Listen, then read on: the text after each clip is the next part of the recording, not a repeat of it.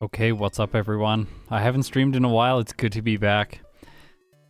As is the case in October on my channel, I tend to like to learn how to do backports in new games. Last year I did Pokemon Crystal, the year before that I did Yellow version with Mischievous, which was the very first backport on the channel. So today, this year, we need to continue the trend and do a backport in Pokemon Emerald. Last year I did a bunch of streamed runs in Pokemon Crystal with Pokemon like Gliscor, Yanmega. Honchkrow was an absolute beast. Go back and watch that stream VOD if you want to see something that just stomps Pokemon Crystal. And it didn't need Curse to do it, which is really refreshing. So today we're going to do Hydreigon in Pokemon Emerald. Now I have a little poll up. People are saying it's going to do under 120 in the first pre-recorded playthrough. That's going to be the format of this run, of this stream. I'm going to do one pre-recorded run where I just talk over the footage that I've recorded previously this morning. Then I'm going to do a live playthrough and my commentary quality will dramatically degrade because it is really hard to play and talk at the same time and say intelligent things. I like to make the first portion of the stream at least a little bit higher quality, so that's why I do the pre-recorded runs. People are going to ask about this in chat, so if you're here right now, just tell those people later on that this is a pre-recorded run to start things off. Okay, so in regards to times for first playthroughs, let's switch over and look at the tier list. This is how things stand right now. I'm going to go in, I'm going to show you some times, because this is actually a software, this is not just a graphic. Whoa, I can highlight things! Amazing, right? So, if we're, right now, like, the tier list has some balancing problems for first runs. If you look at the time thresholds over on the right-hand side of the screen, you will see that they range with the best possible time being under an hour and 55 minutes. Gardevoir, last year in September, got 1 hour, 54 minutes and 8 seconds. That's back when this time was pretty good for my Emerald playthroughs, but most recently, I've done runs like Spinda, which obviously should not be better than Gardevoir, but it got a time of 1 hour, 38 minutes, and 34 seconds. And other Pokemon like Lunatone and Solrock have achieved just as good things recently. So in terms of first playthroughs, the best time that I have so far is 1 hour, 35 minutes, and 24 seconds. But of course, that's with Solrock. Today we're playing a pseudo-legendary, and I think it is going to do better. So if it's over an hour and 30 minutes, I would be quite surprised. I think my play in Emerald has improved a lot over the last little while. Yeah, if you're wondering why the Regis are impossible, they cannot beat the first trainers in the game because they can't deplete their PP to use Struggle because they have moves like Explosion. Rip Regis. Sorry guys, you're always going to be down here. Anyways, yeah, Explosion. It's a really bad move to start with in this game. So, let's talk about Hydreigon and everything I had to do to backport it. First of all, I had to actually figure out how to do these backports from a technical perspective. This took quite a while. I really want to actually, huge shout out to Weil, who has helped me with so much programming stuff. I would not have been able to do this. We were having a problem with like the sprites being colored all incorrectly because the index colors were not getting read right by the disassembly. I would not have solved that problem in time for this live stream if Weil had not helped me, so thank you so much for making this possible. Without it, it wouldn't be possible. We'd be doing Crystal backports right now. But I want to keep the trend going. Maybe next year we'll do Fire Red backports, but for now, we're going to focus on Emerald this month. Right now, I have 5 streams planned for Emerald backports. This is the first of them.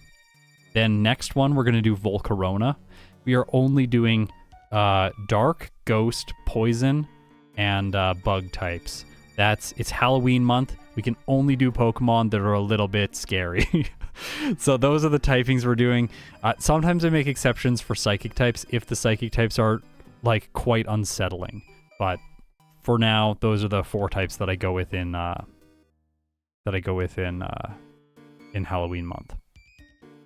Okay, let's talk about Hydreigon and its stats and everything for this playthrough.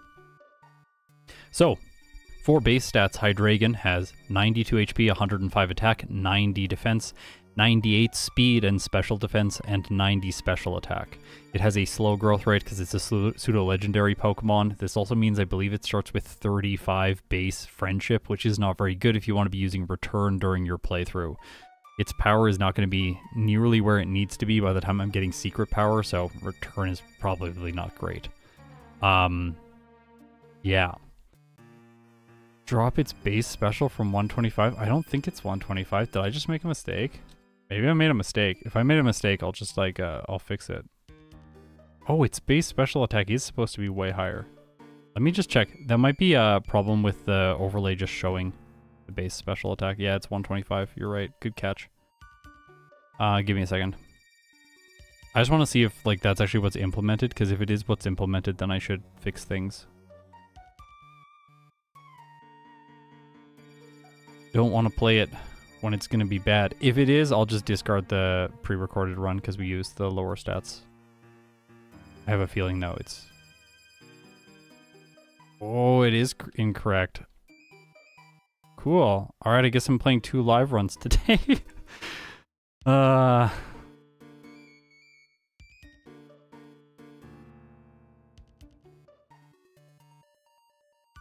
This takes a little bit of time. Give me 1 second.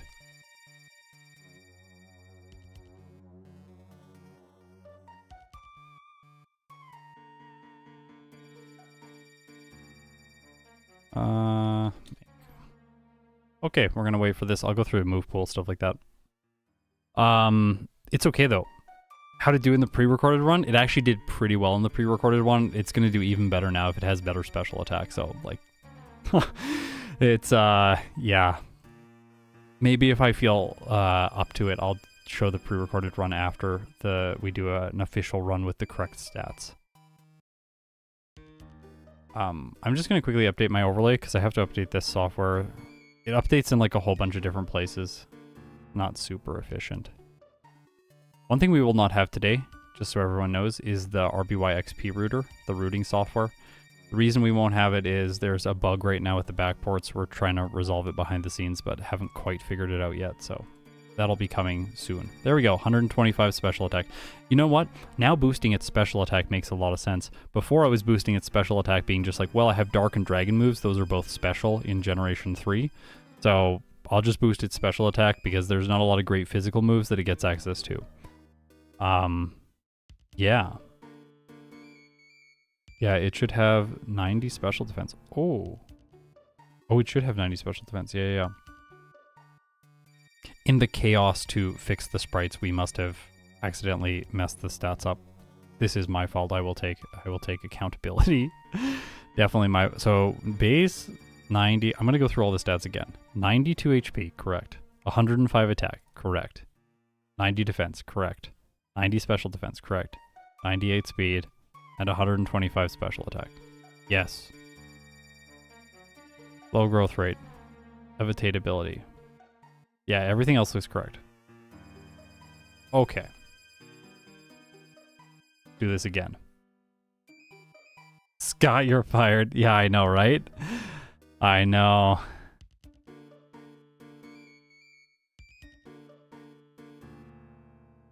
It's okay. I expected this one to be a little bit rough. Also, if you're getting sick of this music, I am too. I've been listening to this specific track for like...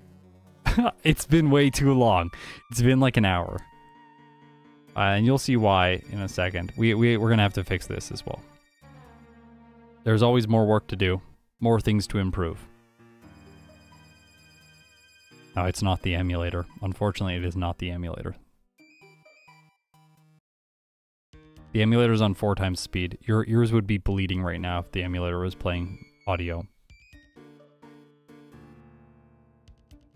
Okay, base stats, here we go. 92 HP, 105 attack, 90 defense, 98 speed, 125 special attack, and 90 special defense. There we go. And yes, this is very thematic Halloween music. I think it's perfect, actually, to start a Halloween stream.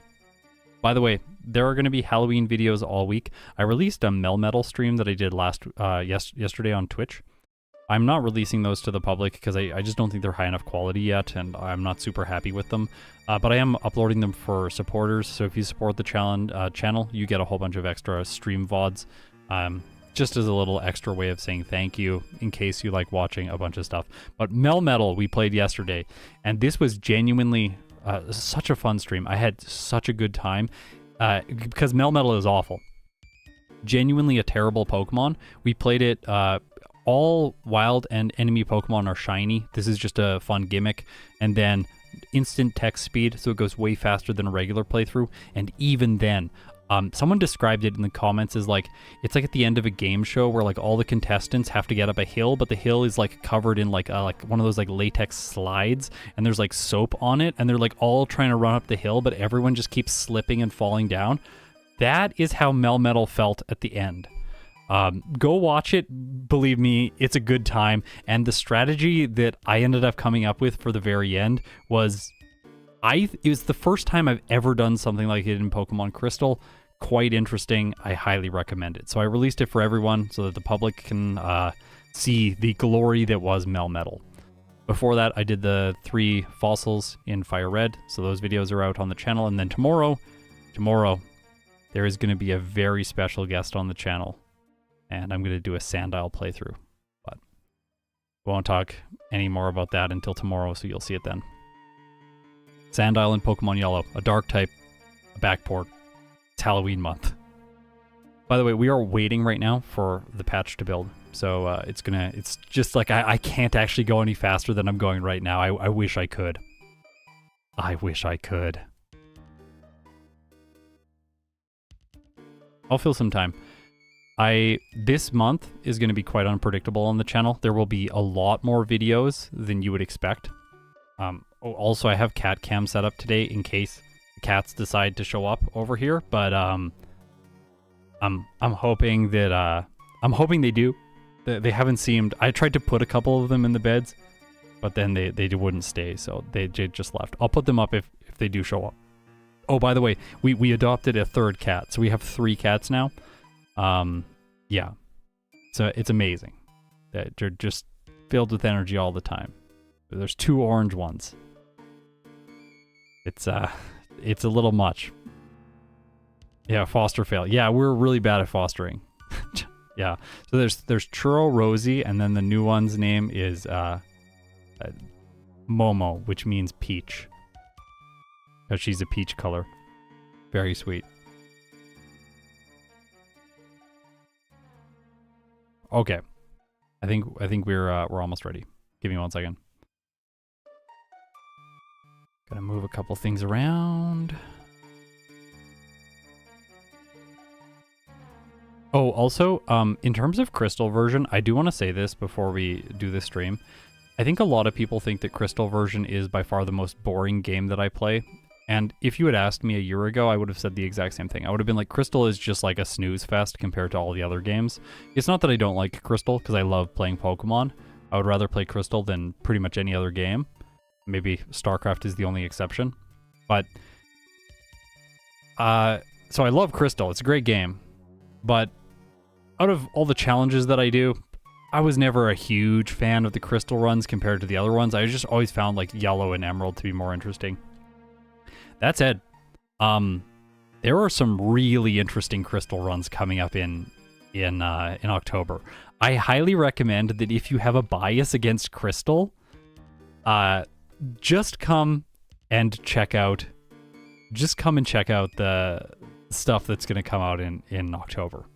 If you don't like watching the Crystal videos, please show up. Seriously, I think they're going to be amazing. That's all I got to say.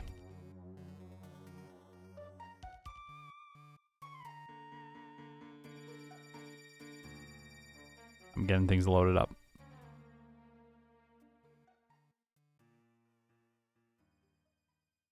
Okay.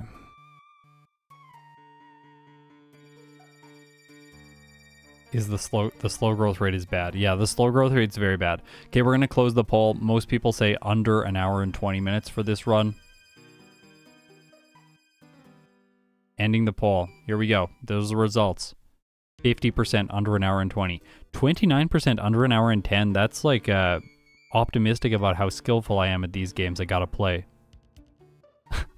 See, Brett says, I am here to judge your gameplay. You have been warned. Exactly. Like, My gameplay is never the strongest part about what I do here on the channel. And then I start going through all the other aspects of the channel. I'm like, wait, what is the strongest thing? I'm not actually sure. Thanks for showing up and watching. I really appreciate that all of you. You know what the strongest thing is on this channel? All of you, the viewers. That is the strongest thing. Thank you so much. All of you are incredible. But this is not the end. This is the beginning. We are going to do an actual official Hydreigon playthrough here as soon as I rename one folder. Because we don't want these splits to log in correctly. Okay. Are you ready? Any advice for a new StarCraft 2 player? Good luck. Ooh. Ooh, that's tricky. Don't get discouraged, maybe. I think that's the biggest, like, with StarCraft and Pokemon in general, just like pursuits in life, just don't get discouraged, because it's really easy to get discouraged after you lose like 500 matches in a row. That's my first ladder season in StarCraft. I won one game and I lost 500 games, and I kept playing. So just keep playing. You never know what can happen. All right, I'm going to start recording a movie, then we're going to play Hydreigon. By the way, it starts with Tri-Attack, Dragon Rage, Focus Energy, and Bite. Really good starting set, and then from there things get better. The one exception that I had to make that's not really Hydreigon's move is I gave it Dragon Dance at 38 because there is no workup in Generation 3. I thought about backporting workup, but I decided against it to just keep only Generation 3 moves in these backports.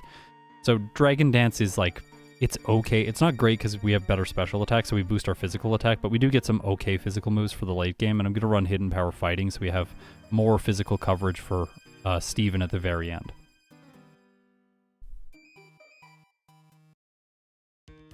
And yes, I also substituted in Dragon Claw in exchange for Dragon Pulse. It kind of functions similarly though, because remember, all Dragon moves are special in Generation 3. All Dark moves are special in Generation 3. So Bite, Crunch, they're special. Dragon Claw, special. It's weird, I know if you play later games, but that's how things are. Okay, here we go. I'm going to start recording a replay. Oh, I got to actually type in a thing to do that. Okay, we have new replay software as well. All right, let's do it. Hydreigon, Pokemon Emerald. Let's see how this goes.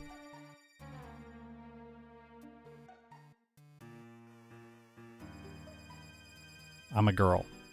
My name's May. That's what I do every single run.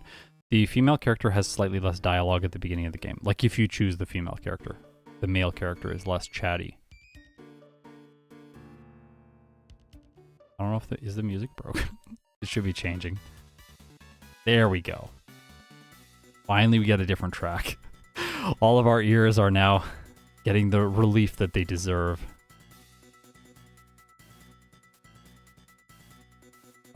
Some of the rivals are easier, yes.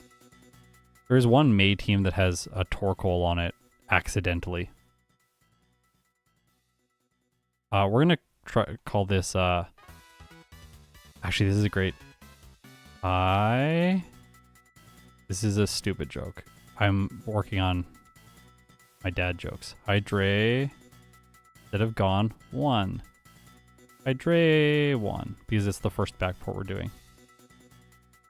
Okay, now that everyone's cringed, let's continue.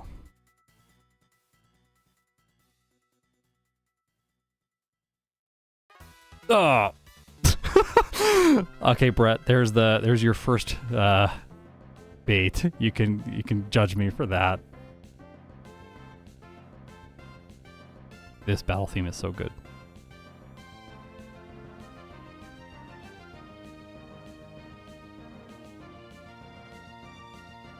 Yeah, dry is 3. Yeah, you're correct. Because he's got like, it's like Hydra, but 3 Hydras. And yeah, Dragon Rage is stupidly busted in the early game because none of the Pokemon have more than 40 HP. So we can just one-shot everything. We can one-shot all of Roxanne's teams on minimum battles, by the way. I figured that out. Even before I did my original run. I tested that when I was originally programming the backport and figuring stuff out. Because I just had to play a bit of the game to see if things were working correctly. Yeah, sub 110 would be wild for a slow Pokemon, I agree. At least with my current skill level. Like, I don't think I'm really, like, at the skill right now where I can get sub 110s fairly easily. Some people are in the community, but I'm not there yet. This is a good track too. Actually, all the tracks in Emerald are good. Oh my god, this game has amazing music. Okay, so these Oranberries that I'm going to pick up here are actually important for the early game. Oh. Oh, my level is just bad. That's why I got an encounter there, because I remembered the repel. I initially thought, I'm like, wait, did I forget the repel? Am I actually just that bad? No, no, no. I remembered it. My level is just awful. Also, level 9. One shot of level 9 when I'm level 6. Dragon Rage is busted early game. I could be doing extra training. I'm just going to skip it right now. Yeah, Dragon Claw is special. All dragon moves are special. You can get the cherry berries. These are useful for later. Just gotta be careful to dodge this guy. You can't run by him, otherwise he will catch you. Yeah, the back sprite I got. There's someone who uploaded a back sprite like that for like I think Gen 4. Its resolution is too high, so I modified theirs, downscaled it, doing my own pixel art, and then after the downscale and everything, I like changed how the like other heads were looking so that it worked out well. Okay, here we go. Dragon Rage. Bye-bye. Next one. Dragon Rage. Bye-bye. Dragon Rage. Bye.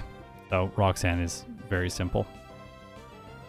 You should do a run with a Hackmon that never takes damage and Oko's every... Yes, yes, I will do that. I actually, Noah, I made a Pokemon called Test Moth, which is basically Venomoth, but it has 255 in every one of its stats. And all of its moves are based 250 power. And they're like Ice, Thunder, Fire, and something else. Oops, tried to run by him. Don't do that. Oh. That's what happens when you don't just Dragon Rage everything. You don't one hit anymore and it feels sad.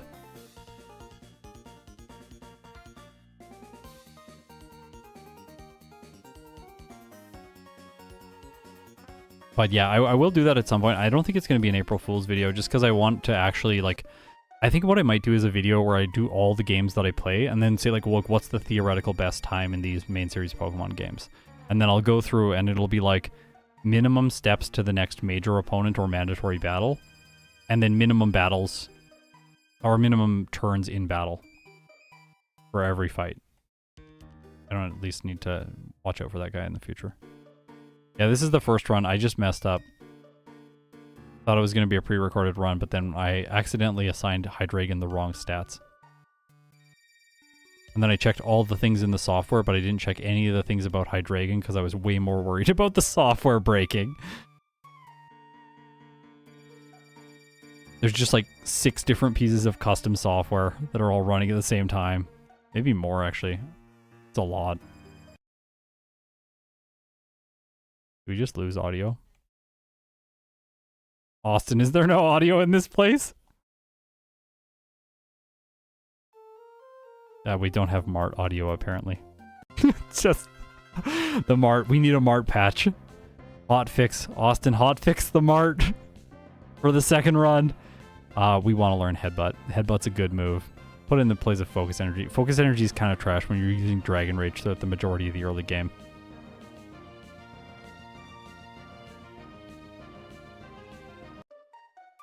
No, not this music again. So much of this music. This is where I catch my HM users. These are forced encounters by the ROM that I use.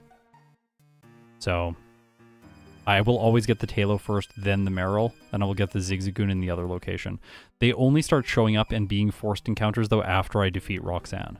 Before that, these encounter tables are all normal. But the early game routes, where there are random encounters, all those encounters are turned off until I obtain repels. This is just so ranking at the end in my tier list is a little bit more accurate. This is ridiculous. I'm saving the Great Balls for... I'm saving the Great Balls for the Marill, because the Marill likes to break out, and I don't want to have to catch it later.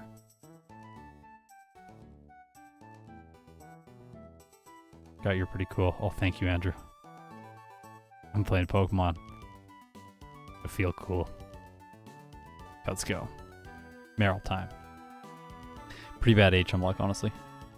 I don't really think I can attack. Like, I'm a high level. Hey, we got it. Ta-da.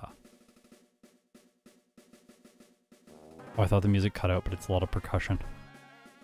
No, setting the catch rate is not the same though, because some Pokemon are better at catching the Pokemon. Like if you have like a move like Constrict or something, like you'll have an easier time catching those HM users with the Solomon you're using. So I always require, like, I try not to change anything in the battles, because the battles are determined by the solo Pokemon. So I don't like to muck around with any of those things. This track is gonna destroy me. Can we just hotfix and remove this track next time? Oh my gosh. It's the Halloween track though. Enjoy.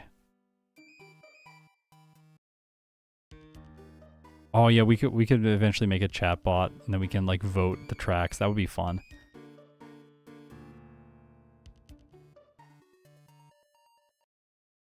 I'm gonna do a little bit of optional training here. I'm only level 12 and Brawly is a fighting type specialist. So I'm going to deposit my HM users, and then inside the gym, I can battle the optional trainers here. I should be able to one-hit them with Dragon Rage. Like, you can see the Meditite, 33 HP. I believe there are Machops here that do not get one-hit. They have, like, 42 HP or something. Which is, like, this guy, the next guy that fights me. I'm pretty sure. Let's see. Yeah, 42. So he's going to survive. It's okay, it just went for Leer. Didn't do anything.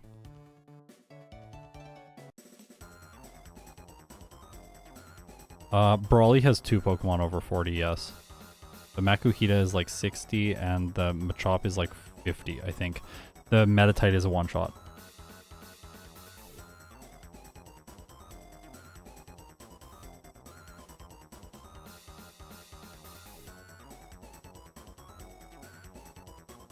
I only need 3 Dragon Rages for this. I will save. Okay, here we go. Brawly, let's go. Dun, dun, dun. Bulk up. Yes. Okay, he is probably gonna Super Potion. Uh-oh, we got problems now. Well, we can headbutt the Meditite because it only has Focus Punch. I think I lose, though. I should have figured that out faster. A little bit of indecision. The Makuhita does too much damage. Yep. Reset number 1. I could have headbutted the Makuhita, yeah.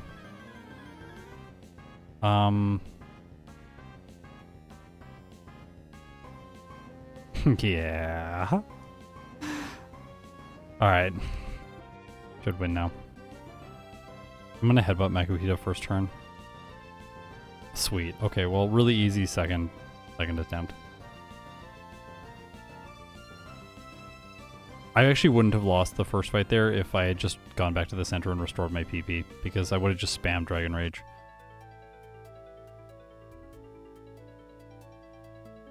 Heal before withdrawing Pokemon, just so there's less animation time. Small little thing. I was trying to implement those things to get as much time as possible, though. I've learned that there are some people on this beach that you can fight, but they are a terrible experience. We're not going to use the soft sand today, so we'll just skip it. I need that later on. I'm gonna get the Soda Pop. They're, or as Gym Leader Matt would say, the Sody Pop. They're really helpful just to heal throughout runs, prevent you from going back to the center, that sort of thing.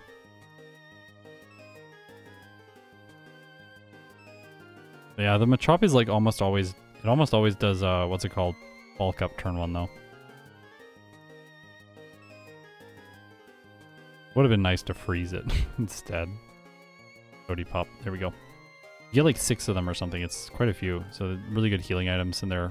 You get experience to also earn them, you don't have to pay money to get them. Like, it's just really great, I think, to go in there. We can get Thief now. I don't think I'm going to end up using it anywhere, but might be useful. We one-hit the Carvana, 38 HP. Hopefully both of these as well. Yeah, Watson's going to be a breeze with Dragon Rage. Yep.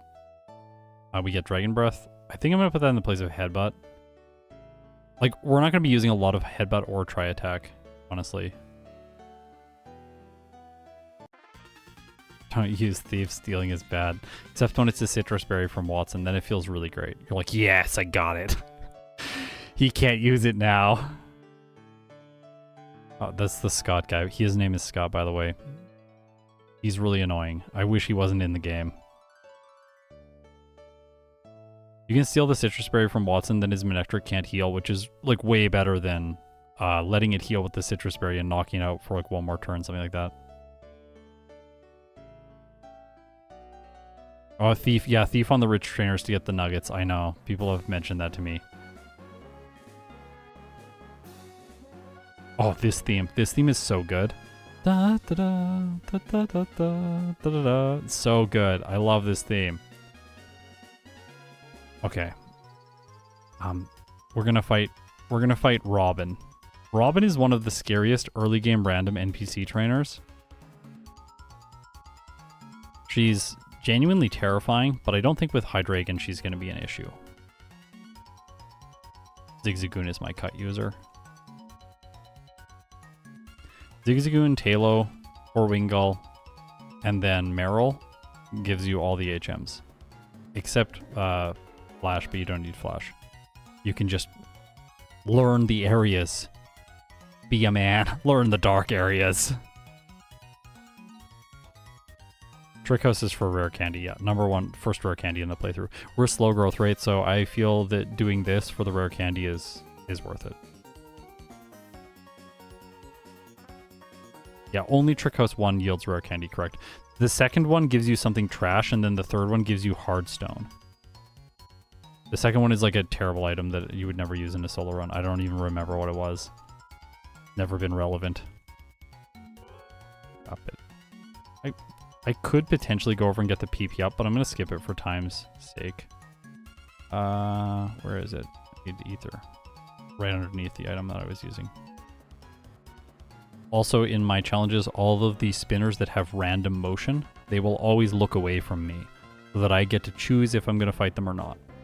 The reason I've done this is because it's not fair if one Pokemon is playing the game and I hit like 10 random trainers. Ah, that double kick did a lot. Oh my gosh. Anyways, it's not fair if one Pokemon's playing the game, I hit like 10 random trainers that there's no way for me to like skillfully skip other than the bag trick. So I just delete the random trainers from the game so that we have fair rankings at the end. I take a much more scientific approach to these games. This is what makes it most enjoyable for me, and I encourage people to play Pokemon in the way that makes it most enjoyable for you. Yeah, the bag trick. So the way it works is if you open the bag, it pauses the spinner's motion, and there is essentially like a frame delay on their motion continuing. So when you close the bag, it's like a delay of like, I don't know, 30 seconds or 60 seconds where they can't move. And in that time, if you walk, you can walk by them. Only if you walk. If you run, or bike, you can bike as well to get by them. But if you run, they will always catch you. They're programmed so that when you run, they turn and catch you. Yeah, Dragon Breath, yeah. On paper, it does look like a good move, but it's not very good. I agree. It's really underwhelming, especially in Generation 2. Speed, Steve and I were talking about that last night on stream with Melmetal. We were just like all bemoaning the fact that it's like TM24 is Dragon Breath, and it's like, that used to be Thunderbolt, but now it's Dragon Breath. Like, thank you for really downgrading this TM. This terrible.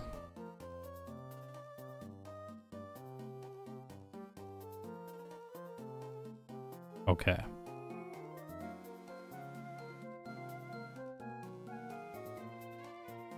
This special attack is looking much better than in the pre-recorded run. If you fight this guy, he has these two Pokemon. These two Pokemon have really good experience yields. Illumise and Volbeat. Like, I don't know why they just give so much experience. So it's a quick fight because there's only two of them. And you have to come into the gym. It's not, oh gosh, well, it's not quick when you hit yourself in confusion like twice. But it's usually a quick fight and you gain quite a bit of experience. So I like to do that fight because it's quite close.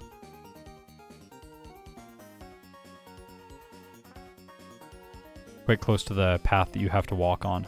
Like, I just don't want to go off the main path to do a bunch of fights if I can prevent it. Okay, we should be fine as long as we Cherry Berry. We are, I think, speed tied with the Voltorb right now, so it might move first, which is a bit annoying, but We could fight one more person and then get level 23 to move first, but yeah, Voltorb has 49, so we're speed tied. Dragon Breath? Critical hit. Okay, sweet. Okay, we'll continue the spree, and we're going to 2-hit the Magneton, so Cherry Berry will get us to the Manectric. See, I could Thief here. The Citrus Berry. Like, Thief turn 1 might have been decent there. It's fine. Either way, though, Dragon... Like, I think we would waste more time teaching Thief to pull that off in the battle than just spamming Dragon Rage and beating Watson. Simple. Yeah, Dragon Breath is weak. Then Dragon Breath, like, literally comes through for us and just, like, completely slays the enemy right there. Get this elixir. Might as well. This is where I usually teach stuff. I gave, what's his name? I gave Hydreigon Shockwave. Go. Nah, I'm not going to teach it now. I gave Hydreigon Shockwave because it gets Charge Beam in later generations. Charge Beam is a really good move. It has, like, it's like a 70% chance to raise your special attack. Such a good move. Much better than Shockwave, but I felt like Shockwave was kind of the Generation 3 equivalent. Get Secret Power here. Then we can buy Hidden Power, which we will buy before Norman. Or actually, before Flannery, I think. We're going to do the full loop. There's one trainer over here who's quite good experience, this guy with coughing. I like to fight him. Also, all of his coughing have exactly 40 HP, so we one-shot all of them with Dragon Rage. It's really sweet.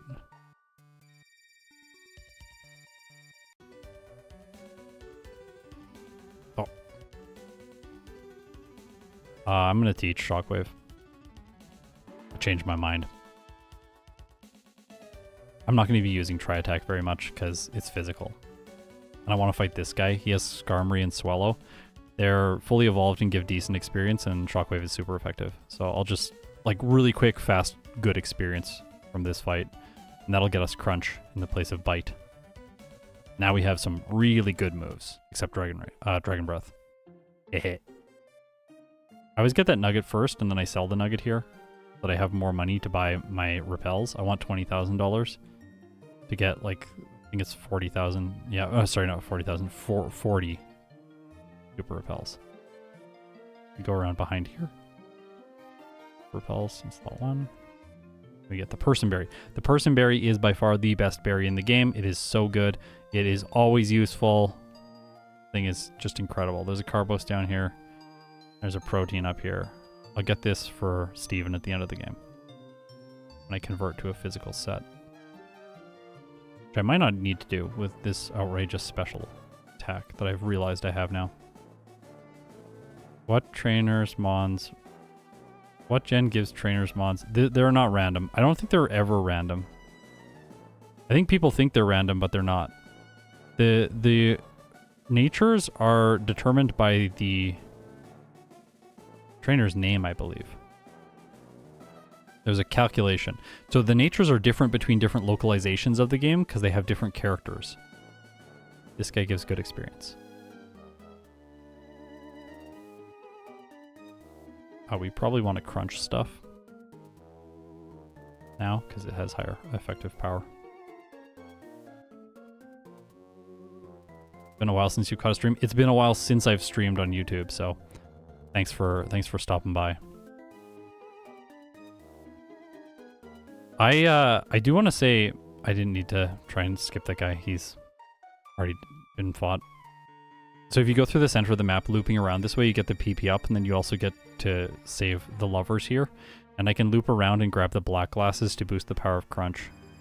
I don't know if that's really important. Like, we might just be wasting time going over there and picking it up. I didn't pick it up in my first run, and it didn't really help. Like, it didn't really change anything. But I'm going to grab it now, just so people can see. It's, like, right about here. There's also an HP up over there if you want Game Corner coins.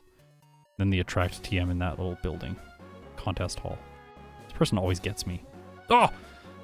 He didn't get me. Back to Slateport for Hidden Power.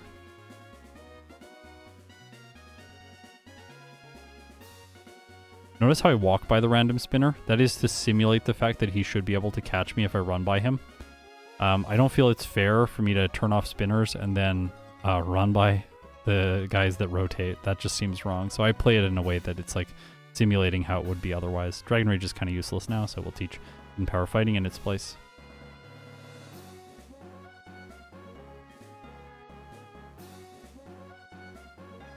Oh, Drought Repel. How come Hidden Power Fighting? Steven. Everyone has to remember that Steven is the final trainer in the game, and Steven is the scariest trainer in the game. You need to have coverage to defeat him. Likely for the second run, I will go with Hidden Power Fire. But we'll see. I have Dragon Dance, remember, so I can set up physical moves. So that's why I originally went for it. Also, I thought my special attack was lower because I looked at the overlay and I was like, oh, I'm not very good with my special attack, so I'll just get physical attacks.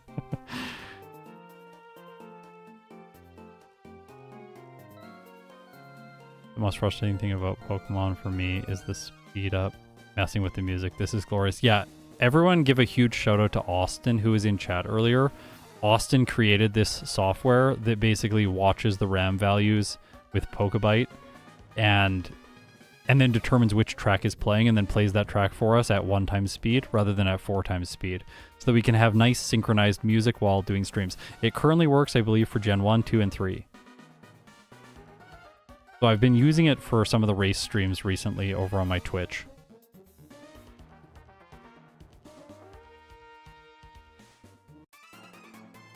All right, Maxi. Let's go.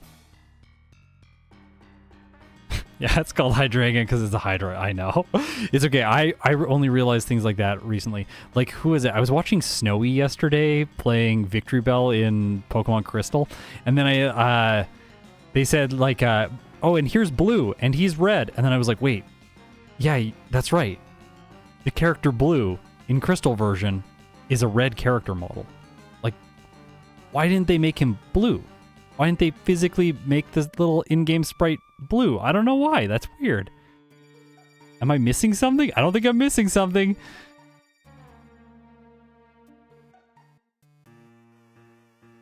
Yeah, Annie, you were there. I remember. It was a good stream. This is great for me while I worked on optimizing Bayonet. I'm working on Bayonet right now. Dusclops versus Bayonet later in the month for Pokemon Emerald. As a produced video, of course.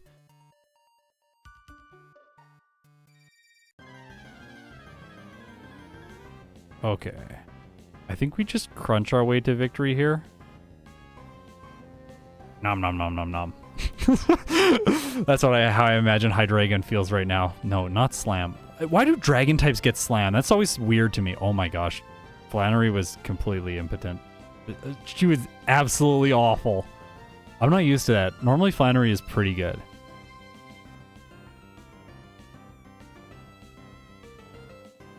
Like, I don't want to be slammed by a dragon. That does sound very terrifying. But I also just wonder, like, why is Slam... Why didn't they make Slam a dragon type move? Like, that would be cool. In Gen 1, then we'd have a damage dealing dragon type move. Could we please have that? Oh, by the way, there's a protein back here. Boop. Cool, right? Random spinners. Oh, you gotta be careful here not to run into that couple. They really like to catch you.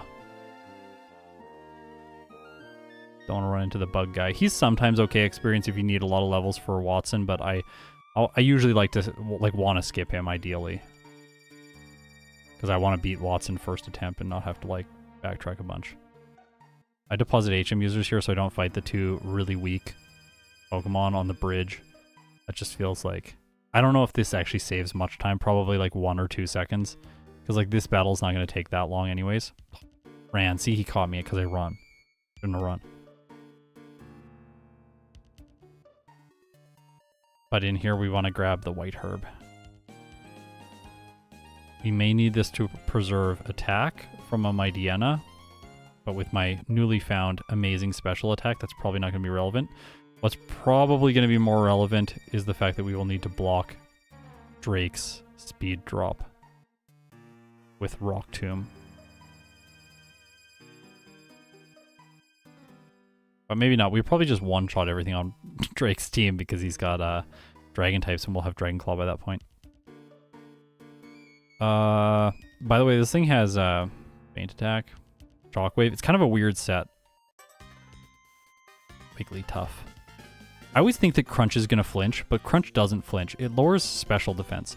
And then in Generation 4, it lowers physical defense. They changed it. It's like one move that was like that where they changed it. Whereas Shadow Ball was converted from a physical move to a special move. I know that I have EVs, but just like getting more stats is more important in solo runs than optimizing your EVs. The only way that I really like to think about optimizing EVs is like choosing which trainers do you battle. Do you battle the trainers that give good experience yields, or do you battle the trainers that like good EV yields that'll work towards the stat that you need? Or do you battle just trainers that have good experience? I don't know if I need Personberry. I think I'm going to run Black Glasses first, and if we have problems, then I'll switch it. Let's go. Hopefully I one-shot the Spinda. Yep, good. Not going to get confused. Crunch is special, so it cannot be... Okay, oh. It cannot be countered. Oh! That Facade does a lot. He's gonna... I lowered special defense though, so I'm gonna be hitting harder. 2-hit after the special defense drop. Really good. We're gonna win. Whoa, Hydreigon is busted. Well, we gotta use something else. That's okay. And then we crit. Dragon Breath! Dragon Breath is a critting machine.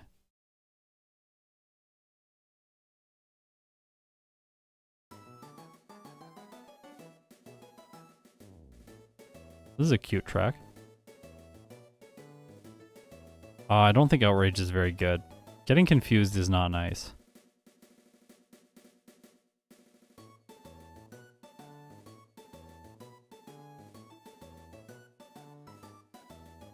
Dragon Claw at 32 is going to be great, though.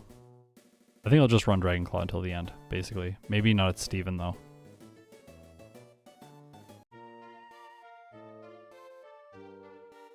You can get the Amulet coin at this point in the playthrough? Are we not teaching Hydreigon Surf? I guess we could teach Hydreigon Surf. We could put, like, maybe Hidden Power Fighting is, like, the biggest mistake ever, and I should have just not taught it. Like, I can always get, I'll get another copy of it in Fort Tree City. And we could teach, yeah, I think we should teach Hydreigon Surf in the place of Hidden Power. This will just be a better mid-game set. Dun, dun, dun. Dun, dun, dun, dun, dun. I want to heal. I want more crunches. The dragon needs to eat. Oh. Yeah, Surf can be forgotten this gen. Yeah, exactly. Surf is really only like a scary move to teach to your Pokemon in Generation 1, because you can't get rid of it.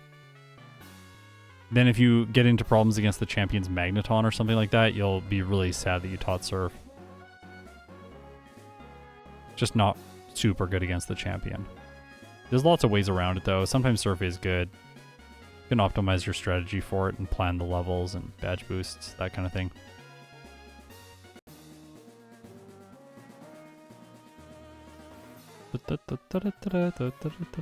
I actually, like, I haven't played a ton of Gen 3 in my adult life. Like, really getting the channel going with it is the most Gen 3 I've played. I've done like 49 runs in this game or something for the channel now, which is a decent number of first attempts, but I haven't been doing a lot of second attempts, and I do have to say that during the first year, I was almost exclusively only focused on making the overlay software work in Generation 3, and every run I did was mostly just like, did the overlay break at any moment? No? Okay, we're good. So I wasn't thinking a ton about my strategy, and I wasn't improving at the game very rapidly, but that's changed this year. I'm trying to play more and more. And coming back to these games, one of the things that I've really realized is just, like, the music in these games is fantastic. It is, I think, some of the best, maybe the best overall soundtrack from the Pokemon series. Nostalgia kind of gets me because I really like Gen 1, but yeah, Gen 3's music is just so good.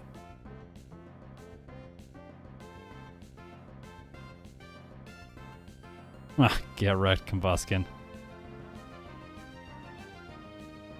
Bye-bye. Dragon Claw. Delete a move. Dragon Breath. Goodbye. Useless move.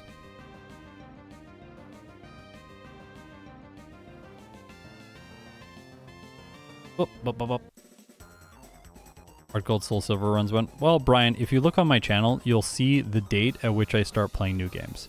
Just go back, look through my catalog. You'll figure out which date the date at which I usually start playing new games. There, another hidden power TM for Steven if I need it. I might not need it because Hydreigon is so good. Yeah, Shockwave feels like fake Thunderbolt too. I agree. I learned today, I accidentally just tried to run from this thing because I wasn't paying attention, but you can run away from it. I didn't realize that. It's way faster than beating it. This entire time I've been knocking it out.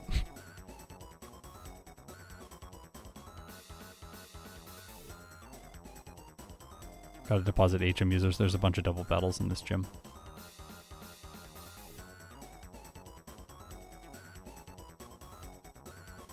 Get out of my way.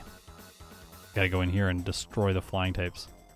By the way, didn't know I could get by these trainers for a long time. Learned that now. We don't have more speed than the Swallow here. This is one very fast Pokemon in the game. It's usually the first Pokemon that outspeeds whatever Pokemon you're running. I am using a Quiet Nature, which lowers my speed stat because I don't need speed. Like, okay, we could have outsped the Swallow, but like, what would you gain from outspeeding that Swallow? Nothing. It's much better to just have better defensive stats and have a lower speed stat. So there's always at least one person that goes, no, don't lower your speed. Speed's so important. I'm like, no, it's not that important in solo challenges. I have a badge that boosts my speed by 10%. Really quiet. This is amping up the tension for the next gym leader. It's Winona. That's Scott's announcer voice. Hopefully I did a good job. Dragon Claw. Oh! I didn't expect the Altaria to live that. Oh! Oh! That did so much damage! Oh my gosh! Oh my gosh. Okay, Pelipper, don't ruin my life. Come on. Okay. Do we one-hit the Skarmory? I hope so. Oh! Oh my gosh. Okay, Austin. We need a patch. The gym. There's no music in the gym. Oh, I have a little trick to show there. I'll do it next time. Yeah, that was really intense. The crit. The fact that she got a critical hit. That's why that was close. It wouldn't have been close if she didn't crit. I might want to run a Cherry Berry for that fight so that if she uses Dragon Breath and paralyzes me, that there's no problems. I could also potentially rare Candy in front of her if I really just want to have the damage range to one-shot. But I think Rare Candy's right here is a little bit premature in Emerald version. There's a Zinc there. You can sell it, and then there's a Nugget here. Some good items to sell in the department store for other vitamins that are more useful. Special Defense is not super useful in this game. Wallace is the second last trainer, but Steven is mostly physical. Except the Aggron, which is like, I'm gonna spam Thunder and Solar Beam all the time. I don't know why the Aggron is really bad.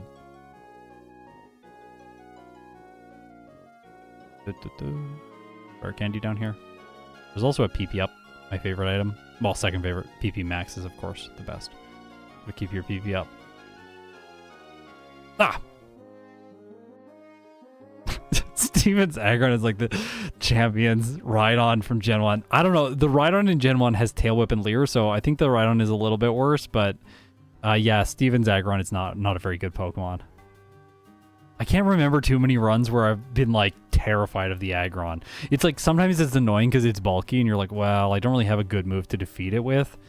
But if you get access to a ground move or a fighting move, you're usually just good.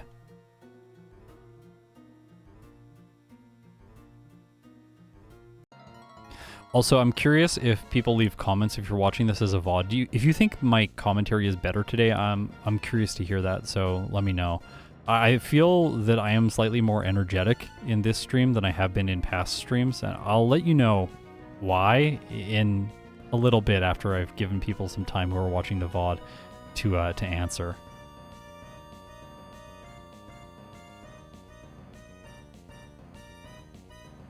YouTube didn't notify you? Okay, I was actually talking to someone from YouTube about this. Supposedly YouTube can only give a user 3 notifications from a single channel in one day. So maybe it like showed you 2 of my other videos on your main page or something like that. And then showed like a post that I made or something like that. And then like you won't get notified for the stream when it goes live because you've already seen like 2 things for my channel.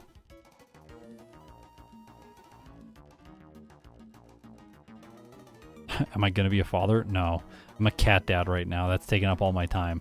Cat dad and Pokemon challenges. I calculated earlier this year, if I'm going to beat the game with every species, it was like 32 years for Pokemon Emerald and Fire Red. That's if I do 1 challenge a week. And right now I'm doing like 1 challenge a month in each of these games because I'm too slow at production. We're getting faster at production, I promise you next year. Well, no, I'm not going to say that yet. Okay, rival. This rival fight is one that I normally don't do, or I haven't done historically, mostly because I don't want to do extra fights, and there's a Ludicolo on this team, let's be real, the scariest Pokemon in the game, and Pelipper, the most annoying Pokemon in the game. Those are some reasons not to do this fight. But the reason to do this fight is because you want to get into the department store and learn Substitute, one of the best moves in the game, but also get some vitamins. I don't know if I'm going to teach Substitute now. I might skip it. I honestly don't think we need it, which is kind of wild, because Substitute is really good. Oh, calcium. Like 5 calcium is really good. Look at how much that increased my special attack stat. It's crazy. Dun, dun, dun, dun, dun. Oh, sorry, Talo, you're fainted. We have time to heal? No. We have got a lot of PP. Keep going if the PP is up.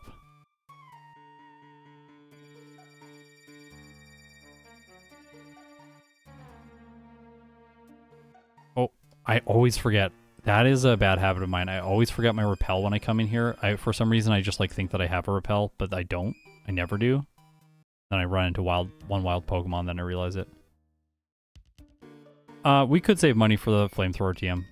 I guess we could do that for Steven. We'll still have time, I think. I don't actually think, like, okay, there's other ways to beat Steven, though. Like, in my previous playthrough, what I did is I did Dragon Dance, Hidden Power Fighting, and Earthquake.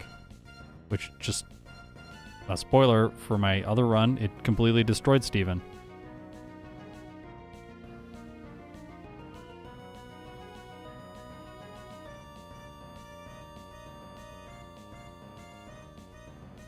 I said earlier that I care about EVs, but like I can't optimize for them because like you can't just stop and fight a bunch of wild Pokemon. Like stopping and fighting a bunch of wild Pokemon will just destroy your real time. So if you care about time in these playthroughs and you're doing them like a speed run, which is basically how I play them, then you can't stop for the EVs if the goal is speed. If the goal isn't speed and the goal is like, I don't know, the most consistent finish or the most pristine finish, like making the Pokemon achieve its maximum potential. I don't know, something else, right? That I don't do. If that's the case, then yeah, you should train for EVs, obviously. There are some cases where EVs come into play, and I do mention them then. Like, for example, Ninjask. When Ninjask is facing Roxanne, everything is terrifying because it takes 4 times damage from Rock-type moves. And essentially, for Ninjask, I train on the Whismur in Rusturf Tunnel, just so I can get a ton of HP EVs to hopefully survive more hits. And then as a weak Pokemon, getting so many HP EVs early into the game means my HP stat is better throughout the entire playthrough. So like there are moments like that where it's like, okay, well, I gotta train for Roxanne, so like maybe I should try and fight Pokemon that have like HP EVs that are gonna benefit me later. And a location like that, like there's only Whismur, so you always get HP EVs if you train there. It's very straightforward. Doesn't cost time. Okay, this fight is always Personberry.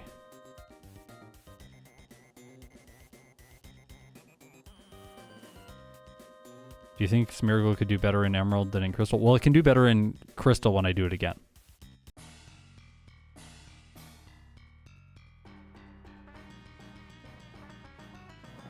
But we'll have to see what happens with Smeargle and Emerald.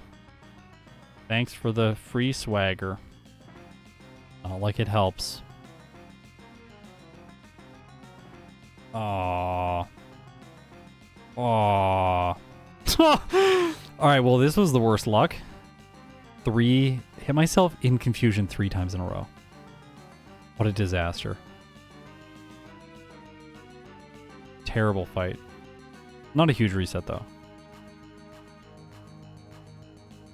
Should probably Dragon Claw that. Take it down 1 turn faster.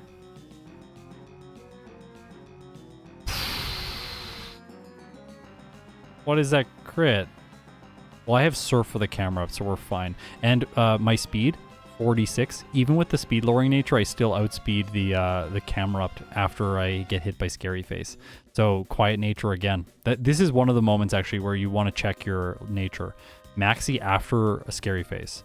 What happens after the Scary Face? Do you not outspeed the camera up? Because in some cases that will cause serious problems. Because if you have to 2-hit the camera up, then it can attack you and you can take a lot of damage and lose a fight there. It's just one small thing.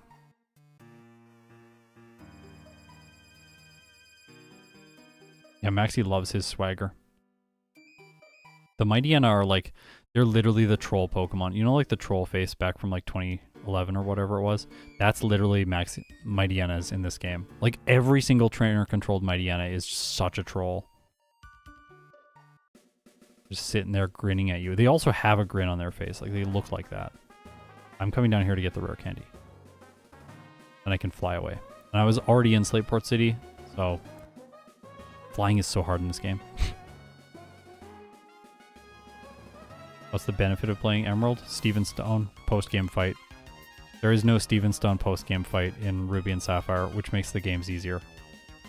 So I played Emerald because there's the post-game fight, and I thought that would be more interesting for people to watch and more of a challenge for me to play. So more interesting for me, more interesting for you. I try and make choices that make the game more interesting or more fair when making these videos. Okay. Yeah, Hydreigon. Backport. Yeah, Backport. Every year we're starting new Backports. This is the Emerald year. I will do Legacy Crystal before Legacy Emerald, I think. I don't know when Legacy Emerald is supposed to come out. If it's coming out in May again, maybe I need to like get 2 things and do Crystal. But back when Brilliant Diamond and Shiny Pearl came out, I basically made a promise to myself, which is I'm not going to jump on trends on this channel. Like, I'm going to do things, but I'm going to do things in my own time. I'm not going to force myself like, oh, it's trendy news right now. I need to do it for the views. Like, that's not really important for me.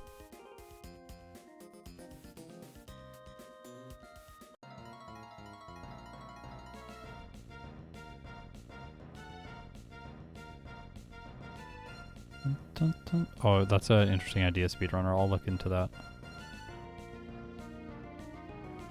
So why do you keep calling Saturn a she? I thought Saturn was a she. I don't know why.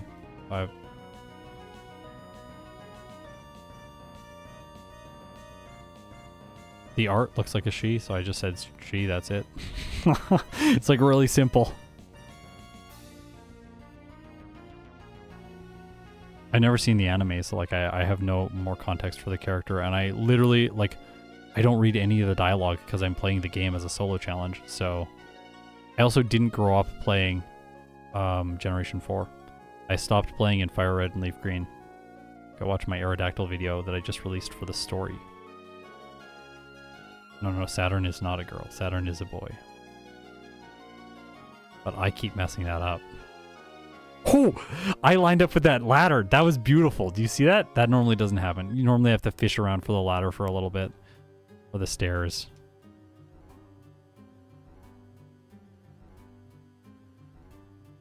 Oh, I hate flying.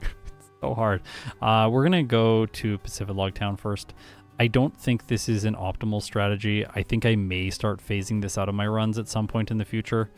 But for now, I'm going to keep it. It's just I'm used to it.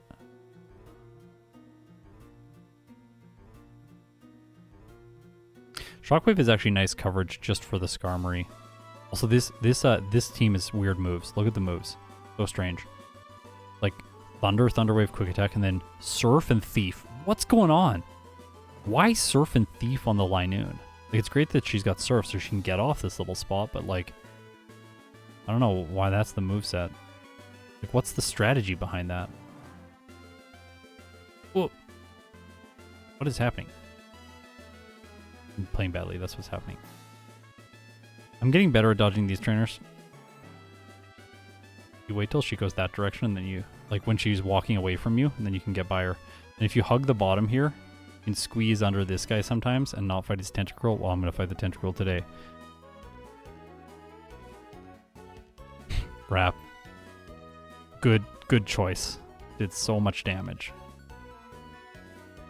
Thankfully, it's not Generation 1.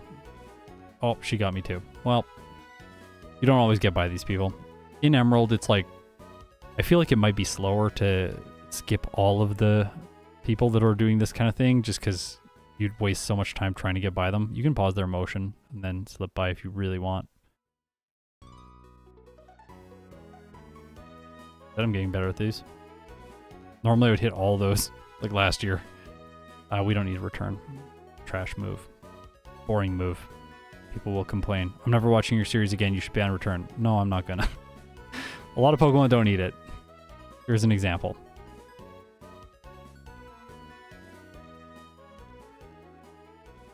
Zigzagoon. Duh, duh, duh.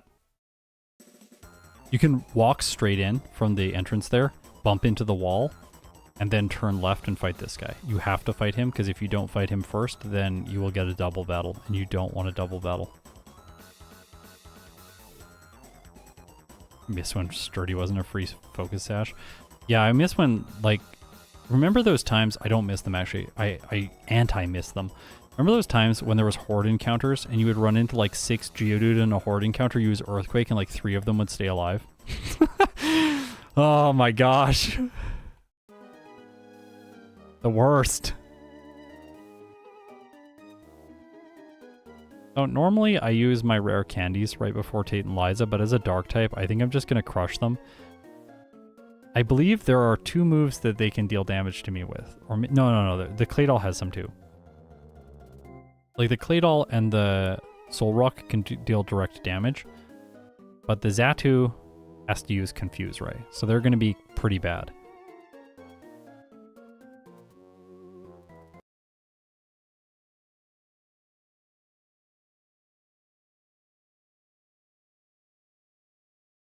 Did the music cut out again? It's in the gym now. It's in the gym. There's no music. We're building tension again. Upcoming epic battle against Tate and Liza. I still have to do stuff though, so we can't just like, do I have to do anything else? No, I don't really think I have to do anything else. Let's do it. I think this is going to be 4 one-shots. Oh, I could have given the black glasses, but I think the Personberry is better. Hopefully I one-shot the Claydol. I might not. No! Brutal! Well, now we'll take the Xatu down because they're going to heal. And I might get better damage roll on the Claydol. I'm going to target the Solrock. By the way, you will notice that the Claydol went for Earthquake. This is specifically because it does not know that I have... it does not know that I have Levitate until the AI sees Levitate. Just so you know, the reason we did so little damage with Surf there is in Generation 3, when you are dealing damage to multiple opponents in a double battle with a move that does not hit every Pokemon on the field, just hits both opponents, then the damage that is dealt is halved. So you deal half of Surf's damage to one of the Pokemon and half of Surf's damage to the other Pokemon. Which is why I didn't initially just immediately switch to Surf from the beginning of the battle, because it seems immediately like that would be the correct choice here. Oh, flew too close to the sun. And then the sun threw a Numel at me.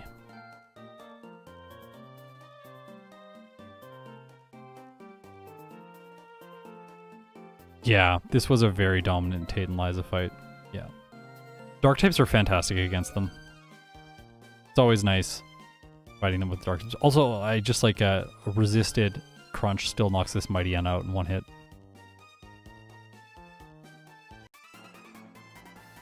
Let's go. This run is really easy. Is anyone else experiencing what I'm experiencing? This has been like so straightforward. Where were my resets? They were ridiculous things too. I don't even remember now. Been deleted from my brain. Brawly. Oh yeah, Brawly. I had one on Brawly because I messed up.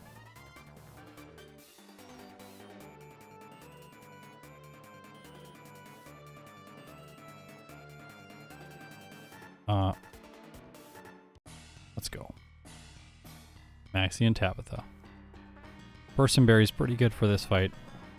We're gonna surf because the camera up takes so much damage from water moves. It's like might as well just like damage everything. There we go. There's our swagger. Burns the Personberry. Now hopefully we can get rid of these pretty quick so we don't get hit by another swagger. Darn.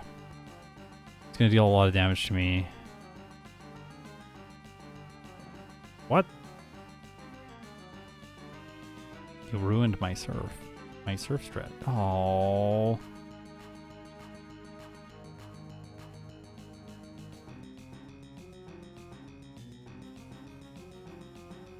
No, this is not going well. Let's go. There we go. Don't attack the Metagross. It's help. Oh my gosh. Oh my gosh. Well, thank you, Matang. Please. Okay. Really? No! This fight went very badly. Forgot that you... Yes, I want to help you. Wish I could spam through this. I did not expect to lose there. I was just talking about how good this run was going, and then Maxie comes through with like 3 swaggers in a row against me.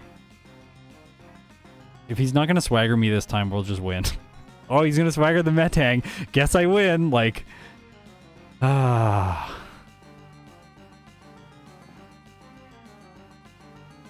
frustrating. This fight can kind of be random. One way around this, by the way, is just teaching Substitute. If you teach Substitute, you can just block all the swaggers. Then they don't do anything to you. I've gone for the more, like, coverage moveset, hoping that that would be better, but Substitute's probably a little bit safer there. Well, it is. It is. Not probably. Objectively, it is. Substitute is, like, one of the most broken moves in this game. It's basically Generation 2's Curse, but in Gen 3.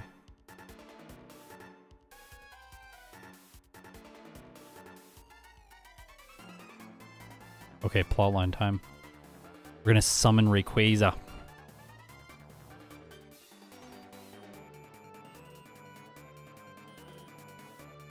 The amount of swagger that Maxie had there, you would basically assume he's Matt. Dive.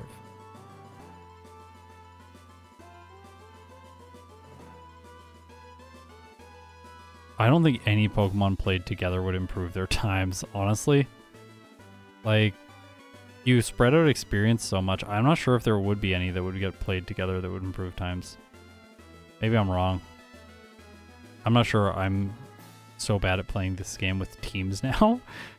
So I wouldn't know anyways. Maybe some really bad Pokemon, like where you have to train a bunch, like Nosepass. Maybe Nosepass would be helped like a lot by something else. Which had like definitely not Nosepass and Onix together. That's a Doom team, not a Dream team.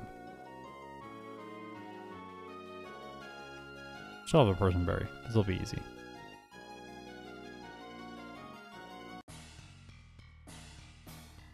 Yeah, water type with like, yeah, basically Swampert.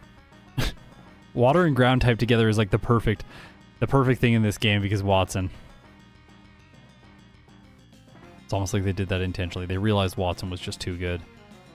Stop it. This Crobat's annoying. It's one of the fastest Pokemon in the game. I love that. The taunt. Wonderful.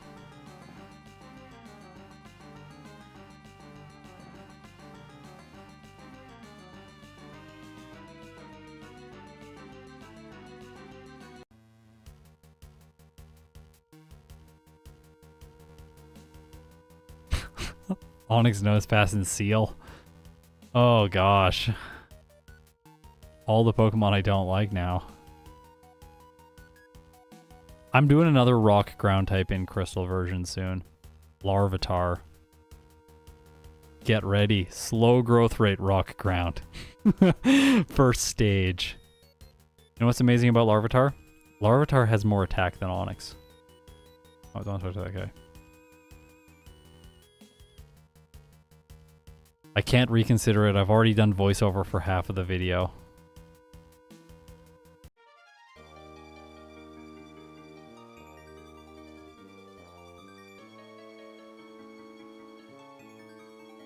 When he has the exclamation mark, that's when you start clicking slowly so you don't do what I just did. Click on the top option.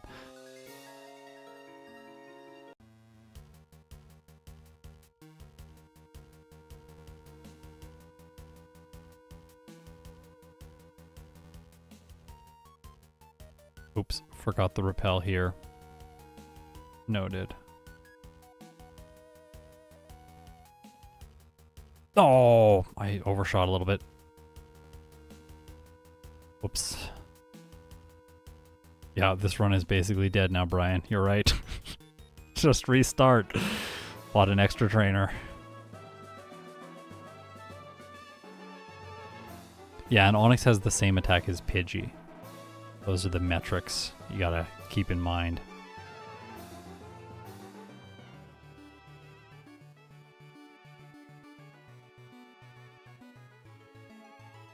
Big clean inventory there. Can I get a clean fly? Nope. I hate flying in this game. It's so much better in Gen 1 and 2 where like you have a predictable number of clicks to get to your objective. It's so much harder to mess that up. This music, oh my gosh, the organ? This is so epic.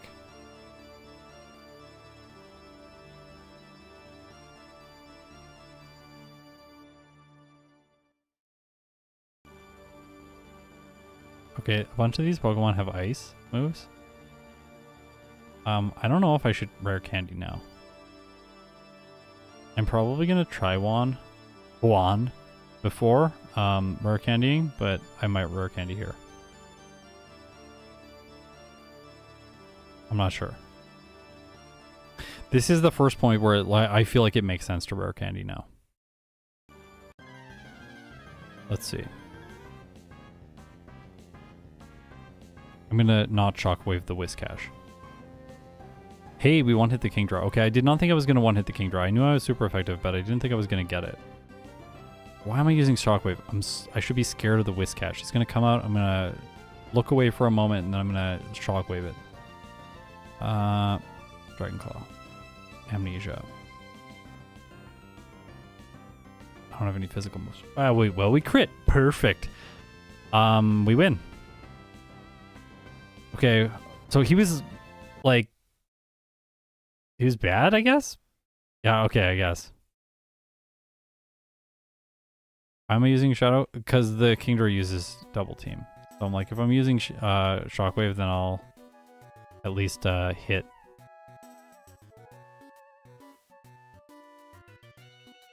I think sub 110 might be possible still. We might actually hit a really impressive time here. Oops. Not if I do that.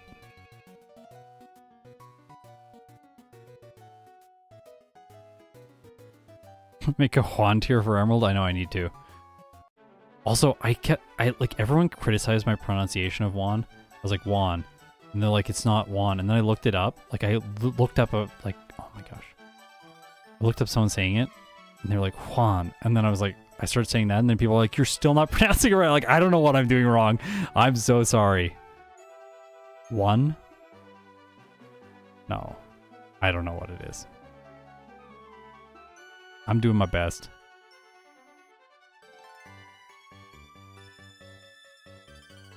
I'm glad this stream is gonna help you relax this afternoon. I'm also relaxing apparently because this Pokemon is really good. Also holding on to Shockwave, like, so maybe I shouldn't be using Shockwave and I can just use Dragon Claw or something, like, that's fair for the Juan fight. But in general, like holding on to it, it can be helpful against Maxi, who has a lot of double team and sand attack stuff. I'm like partway through a level. I don't really want a rare candy right now. Like, let's just try Wally. How much money do I have? We're like getting pretty close to flamethrower. We'll have enough by what's his name? By Steven. Crit. This is the hard Pokemon. Like, I guess we have Surf, it's neutral. Oh. The thing about Wally's Magneton, in comparison with all the other Magnetons earlier in the series in Gen 1 and 2, Wally's Magneton does not have Thunder Wave. And the reason so many of the Magnetons are an absolute menace is because they have Thunder Wave. They paralyze you and then the rest of the fight just falls apart because everything attacks first. When you're not used to stuff attacking first when you're solo running. Oh, it lived? I actually looked away. I thought it had fainted and then I looked back and I'm like, why is it still there? There's 2 different paths that you can take here. One has 1 less trainer. Or same number of trainers, but 2 less Pokemon. I'm going to take the less Pokemon route because I'm a dark type. And the extra Pokemon, the one Pokemon here is a Claydol, which I'll just one-shot. Lol Kings, yeah.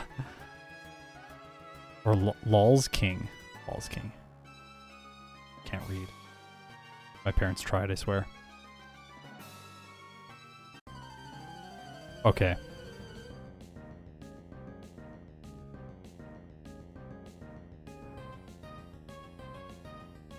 This one's easy. Oh! Got paralyzed. It's fine.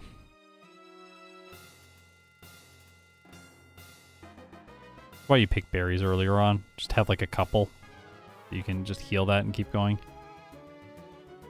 You learn Psychic. No. Guess that doesn't make a lot of sense for a dark type.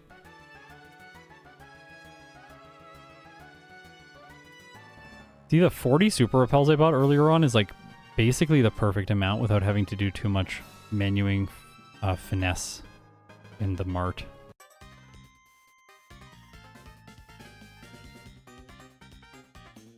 Bye-bye. Gonna protect a bit and be annoying, but also bye-bye. That was beautiful outdoor pathing. Did you see that? That was just gorgeous. Oh my god, wife level. Okay. I don't really know what I want to run as a held item in this fight. So one thing I've seen Ike the Killer doing is Lax Incense, which is a great idea. When you just don't know what item you should use, just use the Lax Incense and make them miss everything. This is why Shockwave. This guy gets so annoying. Even if you're attacking like the Shift Tree. Okay, well, it's not good against the Shift Tree. Sometimes it does more damage. No, I don't want Body Slam. Next time. Oh gosh. Next time rare candies before this fight. I've decided that.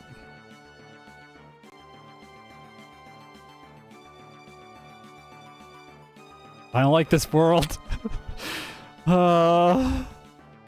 Nothing works. We still win. He's pretty bad. Yeah, Lax Incense lowers the... It's like the bright powder. It lowers the opponent's chance to hit by like 5%. It's real good. I think we just win this fight.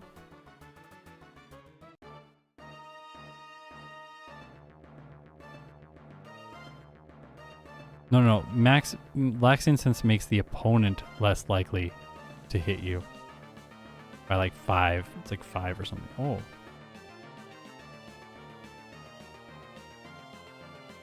Oh. This is another reason to keep Shockwave around. So that you have something that you can actually just attack the Sableye that spams endless double teams. Usually after this, sometimes Shockwave can be helpful against Glacia, but usually not. So you can kind of delete it here or before Drake. This is like a strategy trope, I would say, in Gen 3, is the Shockwave for the first 2 Elite Four members. I'm like so close to leveling up on each one of these. I just continuously don't want to use the rare candies, but I'm going to use them now, I think. Yeah, we're gonna go to 63. I'll leave that experience on the table, it's fine. We do not want Scary Face. Then if someone used Substitute, we wouldn't know what to do. An AI joke. I generated that one all by myself.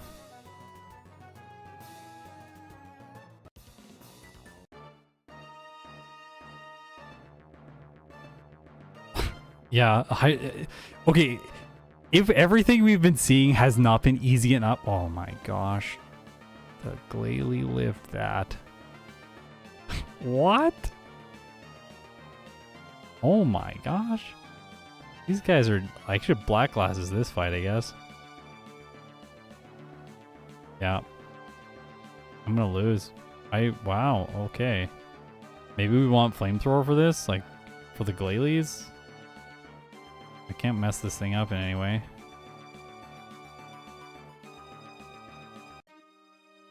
What?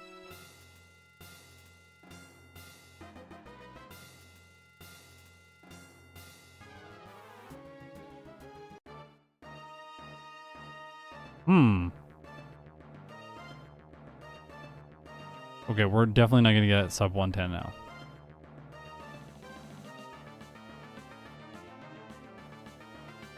I can't believe my damage ranges are just not quite good enough here. The light screen is annoying as well. Really annoying. Ooh, Blizzard. I forgot this guy has Blizzard. I'm dead again.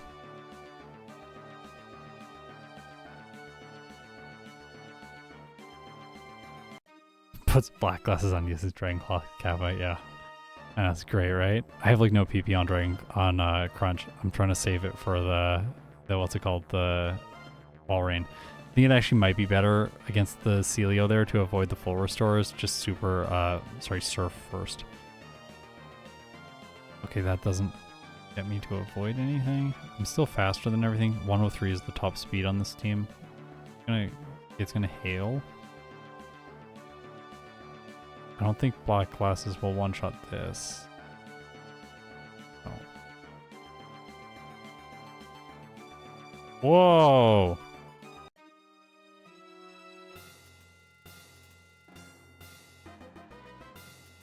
Like, we can win this way.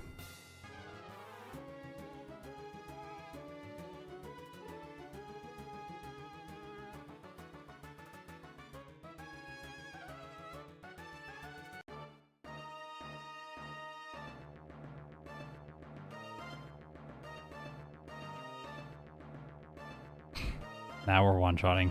We one-shot the Celio.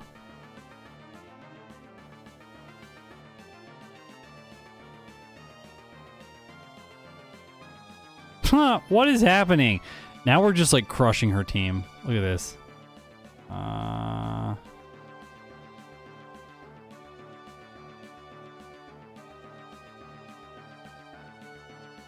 Is it gonna reset the hail? Yep.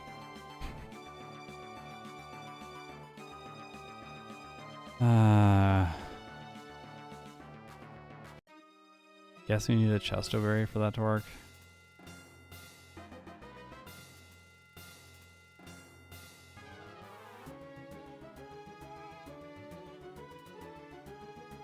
I'll try this first.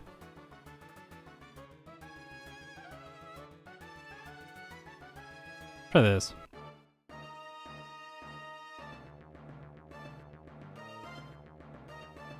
Because we know that's going to hail.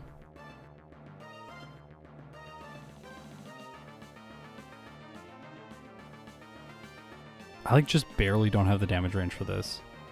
Like the damage range right now is painful. It is so close.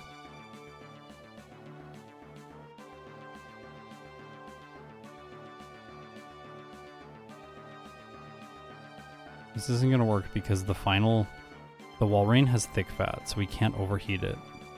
We have to crit, I guess? Ah, no way! Okay.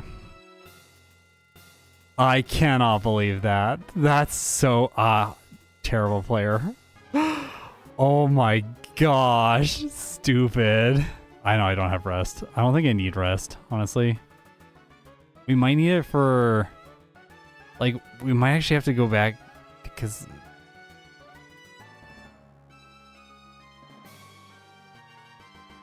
I'm gonna get stuck at Wallace, aren't I?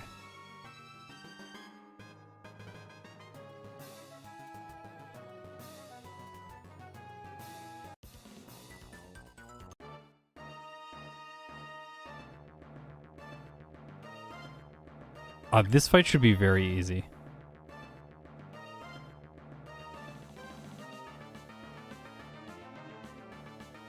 Like, Dragon Claw is just really good. All of his Pokemon are Dragon. And Intimidate doesn't ruin our attack. I'm level 64.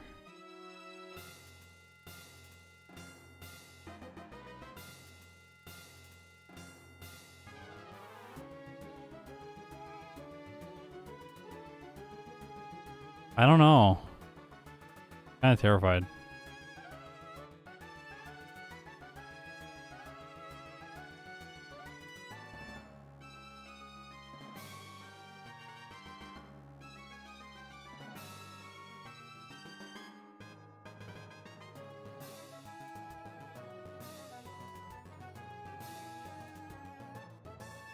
I think I'm gonna have to do Glacia again.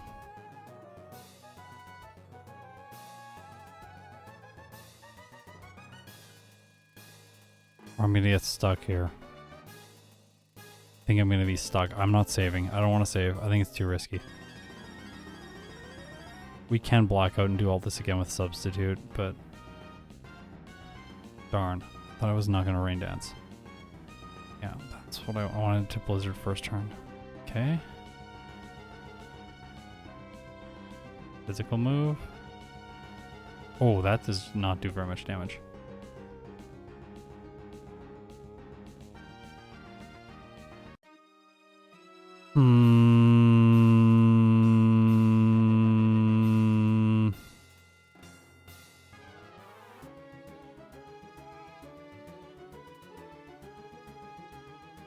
Crunch is kind of sucking now. It's like fine, but let's see if we can do better against Glacia with some physical moves. Oh. The Glacias are balanced. Although the second one has lower physical defense than it has special defense, but my physical attack is so much lower than my special attack, so it's just not going to work. I know I have Earthquake, but what's Earthquake going to help me with in this fight? Earthquake's not going to help me in this fight.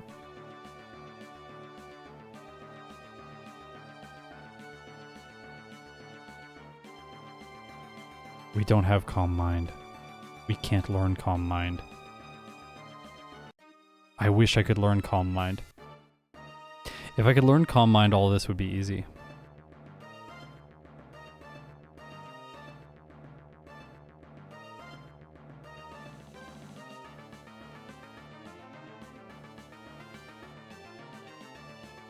I have 3 PP on Crunch. Please look at my PP. If I use Crunch, like, I only get to use it in very specific situations, so I'm trying to wait till the wall rain to use my Crunches. I'm like praying that I'll somehow survive a hit from the wall rain, but I don't think I will. And I want to, if I crit, I want to crit with Crunch on the wall rain. Yeah. Yeah, I can use an Ether, but like Dragon Dance doesn't do like, or Dragon, like I still don't think I one hit even if I use Crunch. Like, just look. Look. Look, Crunch is not going to one hit. The Celio is still going to survive. Oh, it does one hit. Okay. Does it one hit this? Oh, it does. Oh, it one hits this. Okay, well, Crunch is way better. I didn't think it was going to get this much damage. Then this sets up Hail. Well, we win now. Wow, that did a lot more damage than I was expecting. Cool. I know I have the Black Glasses equipped. I know! I've been talking about this multiple times. I'm gonna give everyone the benefit of the doubt that you just joined the stream.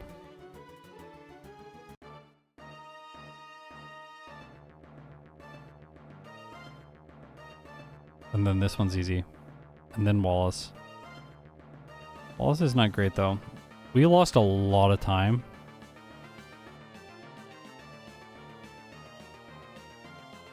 I'm not really sure what the solution is to Glacia. Like, do I need a slightly higher level? Or do I just need the black glasses? Like, is that it? Hidden Power Fire can help there. That one's kind of ugly. Now, Surf on my set right now is disgusting. Really wish I did not have Surf on my set right now. I'm going to save here and then teach something else. Like, Crunch is probably not going to be that helpful in this fight. Maybe, well, Dragon Claw's neutral too, so like, maybe like, keep Crunch for the black glasses, get rid of Dragon Claw for Earthquake.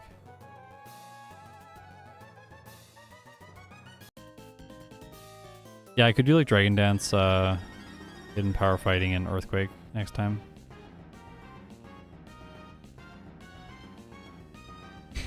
Okay.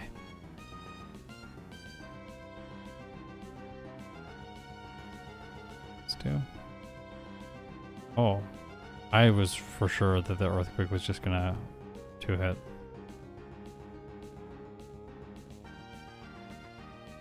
This thing has tons of special defense. Maybe Earthquake does more. Well, when it crits, it does.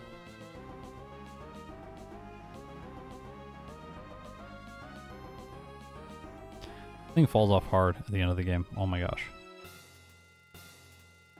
Someone was commenting that, like, if I had evolved it from its first stage, it would have just evolved, which is hilarious. This is the moment in the game where it starts not performing particularly well.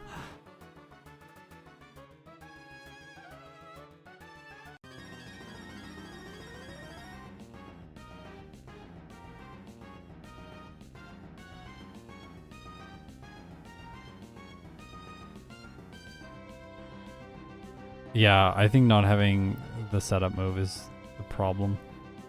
I think probably what I want to do next time is Dragon Dance right before the Elite Four. Just like lose a move. It doesn't matter which move. Just get rid of something.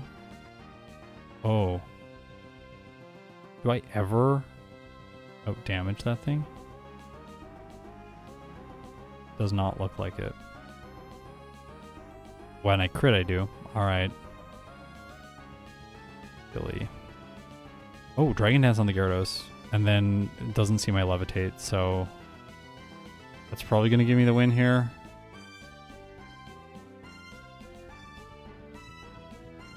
Probably going to Amnesia. Let's Crunch again, yeah. We're good.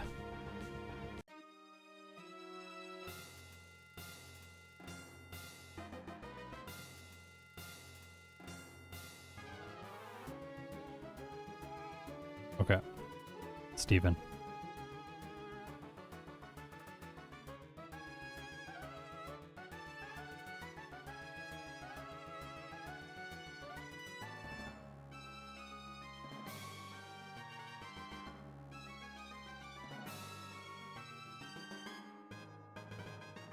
Who's most disruptive? Steven or Red?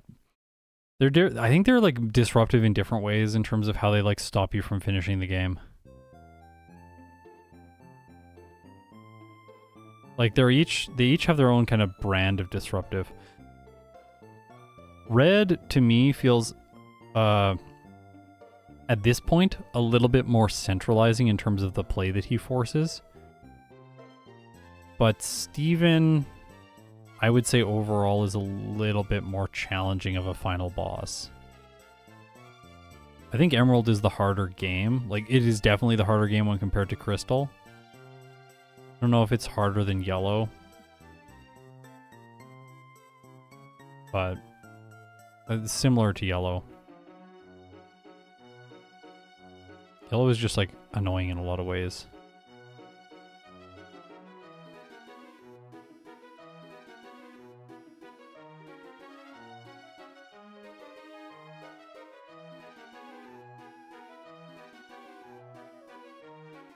Okay. We unlearn Surf now. Can always teach it again if we need it. Bye-bye, Surf. You were cool.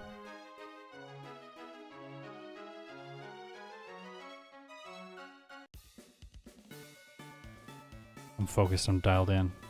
Gotta get this harbor mail. Important.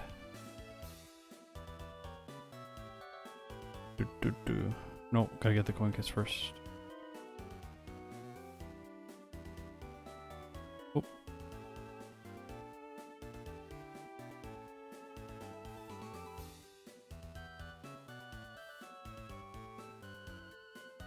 Just enough. Oh, Churro's here. I'm hoping he's coming into the cat cam position so that we can all feast our eyes on the glorious orange cat. Hard to press the right buttons.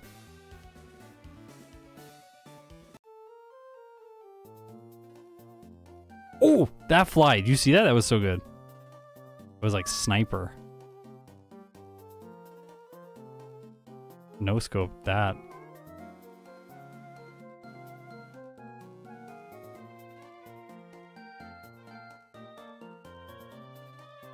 Whoops.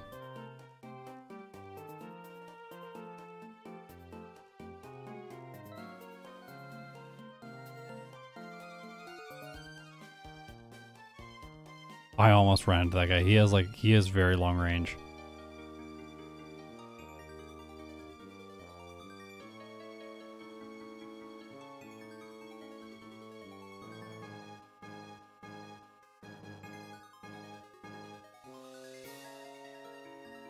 Okay, I'm not sure what this final moveset's gonna be, so we'll save right now.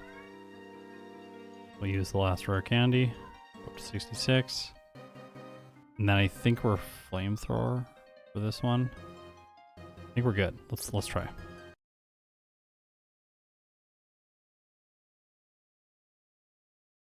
There's no, I don't think there's music. Is there music or is it really quiet?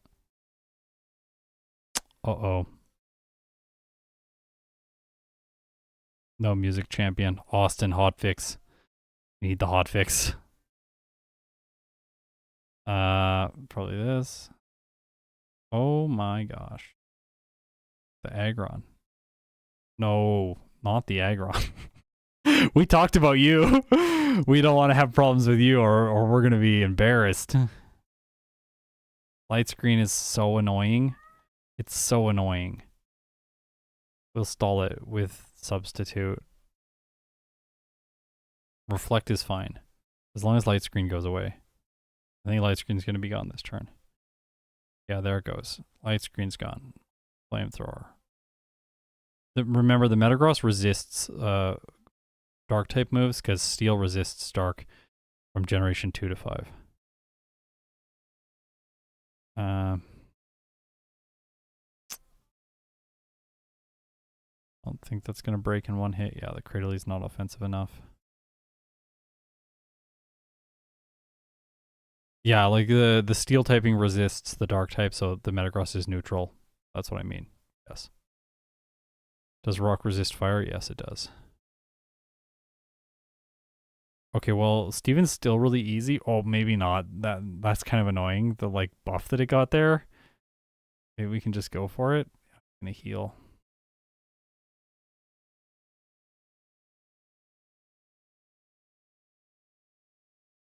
Oh my gosh. Oh my gosh, so close right at the end, but like... Alright. 126, 11, with 11 resets at level 67.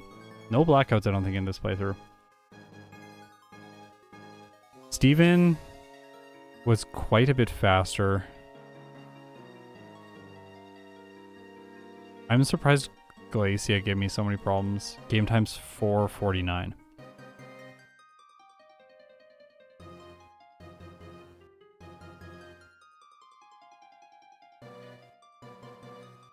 Yeah, first try Steven. Flamethrower Crunch Earthquake seems fine against Steven. I don't know if Earthquake's really amazing. Like, I wonder if I two-shot the Aggron. Yeah, what tier does this place it in? Let's go back and check. Here's the current tier list. This obviously is S tier for a first tier finish, and it is faster than Soul Rock, so this is the best first playthrough that we've technically done. Hilariously, with the playthrough with the wrong stats from earlier today, The playthrough with the wrong stats from earlier today, I have to adjust.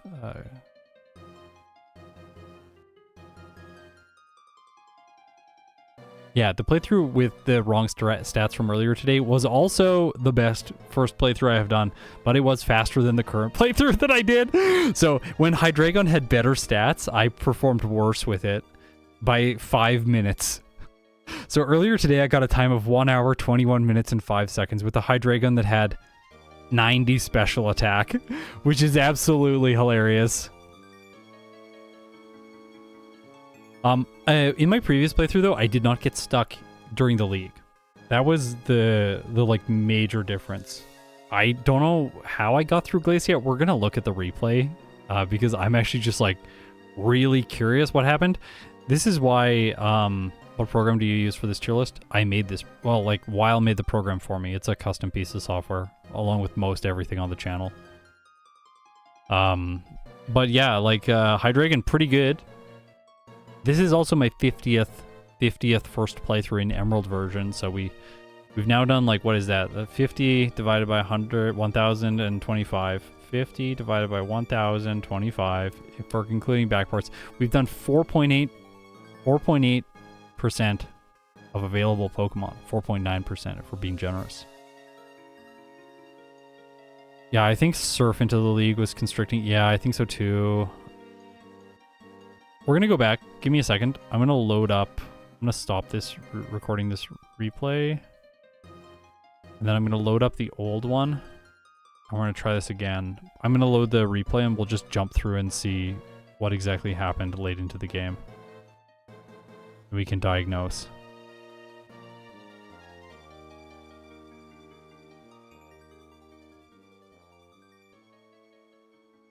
It takes me a while to get these things set up. I am working on it, I promise.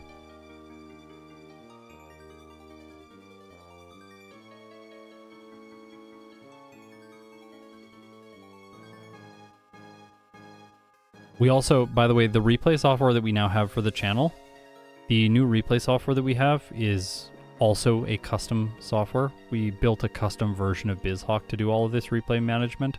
And we now have a lot more control over how we're like managing replays within the game. And I'm going to show some of that off now. I haven't used it at all. This is the first time I've done a run. These are the first 2 runs I've done with this this new software. So in the replay software now, I can jump through to any point in the replay whenever I want. This used to not be possible in Generation 3. It was possible in Generation 1 and 2, but it is now possible in Generation 3 as well. So we can jump to any point in the run, and it will just go there. Also, right now, it's set so that I can take over. So I can just jump here, and then like I can continue playing. So like to prove that, I will use the worst possible move against Swellow. And I will go for Hidden Power. See? You see? Yeah. It works. I guess this will mess with the music. That's another thing to think about. The other thing we can do is we can press, we can go to a spot in the replay and then we can press play movie. Or we'll start the movie. It'll like start from the beginning. But then I can also jump through, and now it's just going to be playing back the replay from this moment where I jumped to. So we can go and see how I didn't have a reset to Brawly in my first playthrough today. I just played better. Honestly, to be fair, I always play better when I'm not streaming and trying to talk while I play. If I can focus all my attention on the game and just like focus on what I'm doing, I'm going to play better. Whereas I'm trying to articulate my thoughts and have a at least somewhat interesting voiceover for all of you to listen to while I'm playing, then my play deteriorates slightly, so... but let's skip ahead to Glacia and see exactly what went on, because as you can see here, look at my attack and special attack. My special attack is significantly lower than it was last time. Yes, all of this functionality is available in Fire Red 2. Technically, it should be available in Gen 4 as well, because the system is built into BizHawk, which is the emulator that I run Gen 4 off of as well, and Gen 5. So we should have extended this replay functionality across all 2D Pokemon games, which is really good. Okay, Glacia. So we'll go from Phoebe, and then we're just gonna watch this moment, and we'll see. By the way, you'll notice that the time is not synchronized. We have also solved this problem, but not in this specific case. I have to use a custom version of my overlay to have the time synced. Basically, the replay software now can record the time.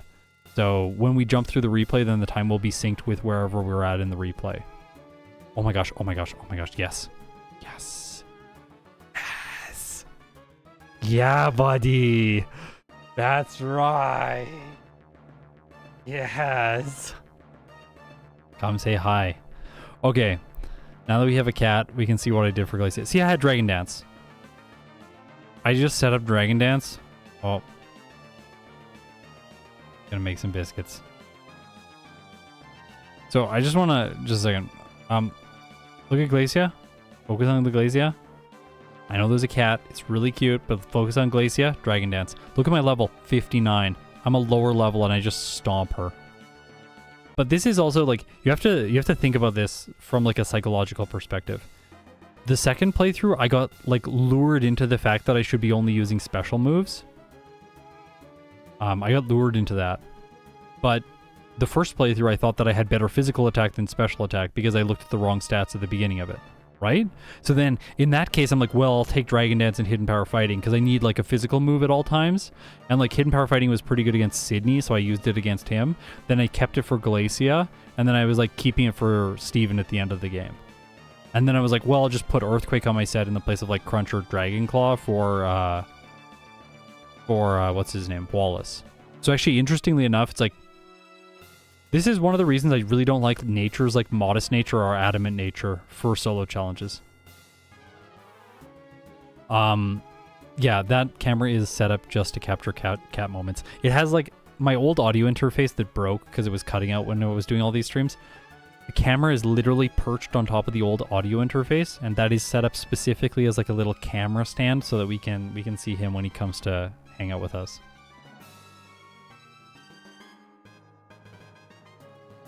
So the nature we just did was quiet.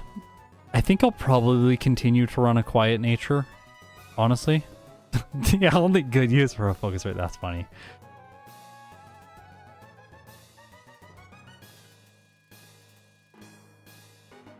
Ah, little... Yes. Gosh. Sorry, I dropped my controller and everything. Everything fell apart. I reached over the pet churro. Everything just fell apart. He's being very cute right now. Okay. Okay, so we're going to go back now. We're going to fight Glacia. So, like, this is another advantage with this software. If I press take control, so now I'm in control of this, so I can go up and down whenever I want. Oh, yep, like that. So now I'm going to jump ahead, find Glacia. By the way, there is going to be some other advanced tech at some point in the near future, but I'm not going to spoil it right now. But there's going to be some other ways that we can improve the way in which this replay functionality works. So, oh my gosh, he's really distracting. I'm going to have to take him away, otherwise I'm not going to be able to focus for a second. And I want to test a couple of things for Glacia. I promise I will bring him back. Don't riot. I also hit a thing and then took away everything on the right side of the screen. Oops. He's coming back, don't worry. Don't worry. Alright, so we are here by Glacia. Now I'm in control, so we can just try this again. We're going to see how many Dragon Dances. Like, again, remember my special stat. My special attack stat is much lower than it should be in this case. But we're just going to try and see how many, like, can I get through with one Dragon Dance? That was one suggestion. So, like, one Dragon Dance. Let's see what happens. One hit. One hit. One hit. One hit. Do we survive the wall rain? Yep. Oh! No way. Okay, so that's why we want two. I was literally going to say, like, well, we'll just two-shot anyways, but if we get frozen, then we lose. So, yeah, we want two for the wall rain. Cool. See, and then it takes me back to the save that we just made. So, we'll try two Dragon Dances now. We'll just confirm that we one-shot the wall rain visually. Better to see these things than looking at a damage router, I think, in a lot of ways. So, we'll just play through it. Knowing this, we're level 59 now, and we're not going to have problems with the later stages of the game. I think it's totally safe to just rare candy before, like, Juan or something, and just make the, like, that stage of the game just a little bit less, like, more, like, mindless, I guess. Yeah, we one-shot. Simple. Okay. So, Dragon Dance, we want Dragon Dance for the League. Yeah, Quiet seems perfect also because Dragon Dance to outspeed everything.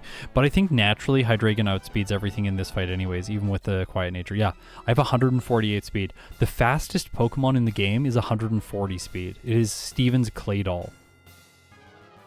So we outspeed even if we don't have Dragon Dance. Yeah. Okay, are there any battles that people think we need to revisit and rethink strategies for?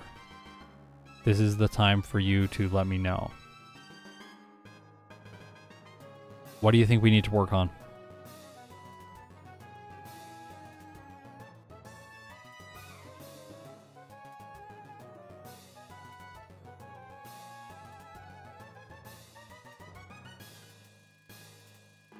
I'll show you Dragon Dance and Quake against Steven.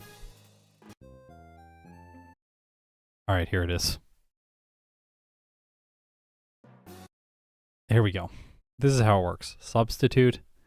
Skarmory doesn't know what to do. It can't break my substitute with Steel Wing, I don't think.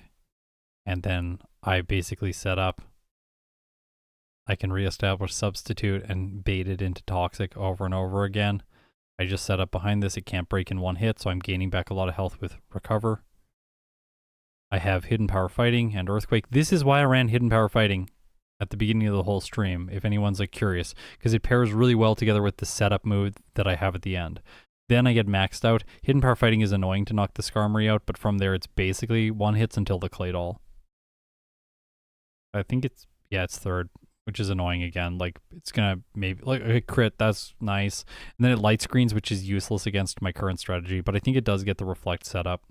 That said, I can buy time against it, spamming things like Substitute and not knocking it out, or Dragon Dance. So, like, eventually, here, we just are gonna get rid of it. It takes a while. Not, like, this is not the fastest in-battle strategy in terms of, like, number of turns, but overall, I think it's pretty solid. Like, there's Reflect there. That's why the Metagross survived the Earthquake. This is, by the way, this is the replay of the fight that I did earlier today. As you can see, my special attack stats pretty low. So this was with the incorrect ROM. I'm really glad we caught that before doing this stream. It would have been pretty awful to do the stream without it. And that got me like a 1 hour, 21 minute time. I don't know why we would want to raise special defense. We don't want to raise defenses in solo challenges because you want to one-hit as many Pokemon as possible. So, like, yeah, it could help in terms of surviving some threats, but basically, I don't think there's any case where boosting a special, like a defensive stat, is the correct choice for a solo challenge anymore. I think it's almost always that you want attacking stats. If you take a Pokemon from a 2-hit to a 1-hit, or from a 3-hit to a 2-hit, or from 4-hit to a 3-hit, everything becomes easier. But if you survive one more hit in like a key fight, that doesn't necessarily multiply itself as a time savings across the entire route. Whereas, like, let's say we have slightly higher attack stats, so we get like 20 more 1-hits instead of 2-hits. We just saved 20 turns in battle. If each turn in battle is 3 seconds, 20 turns is a minute of time. Right? So we save like significant time by raising our attack stat. I think there might be some niche scenarios where boosting defense is like required for some like awful Pokemon where they like at Steven, they're level 100, they have to survive 2 hits from a certain move to win. And in order to do that, they need like max DVs in their special defense and like a special defense boosting nature. We may eventually find a scenario like that, but I have not found one yet. But even then, might want to go for plus attack for the early and mid game. I don't think so though, because my early game moveset is mostly special. Like, we got like Dragon Rage, which is fixed damage, so it's not utilizing my stats.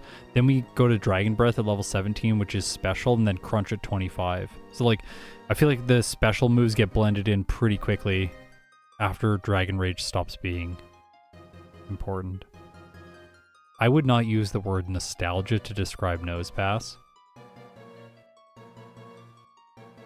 The word which is very overused nowadays is trauma, but it's definitely closer to that word and further from nostalgia on the spectrum of experiences. Could Flamethrower at Glacia also solve it? Well, let's go and try. Let's try. Okay, I'm gonna spoil the thing we're working on for the software. So, what we're doing now is we're gonna write a list of flags, which basically when a certain variable in RAM shows up, we will write a flag to the replay. And that flag will say something like Glacia fight number 1. And then I will be able to have a list of all the flags that are created throughout the playthrough, and I can just click on the flag and jump right to that portion in the replay. So if we want the first frame of the Glacia fight, there will be a little search bar. I just search Glacia and I click on the fight and then we're there. Whereas right now I have to click on a little timeline to jump us around and find the spot. I think this is, yeah, this is where Glacia is. We're just gonna go right before her. I think it's here, yeah. Okay, so one lovely thing about Pokebite, the software that runs basically all this stuff behind the scenes, is I can just switch out my moves. Oh, we have to load this from the other replay. 1 second.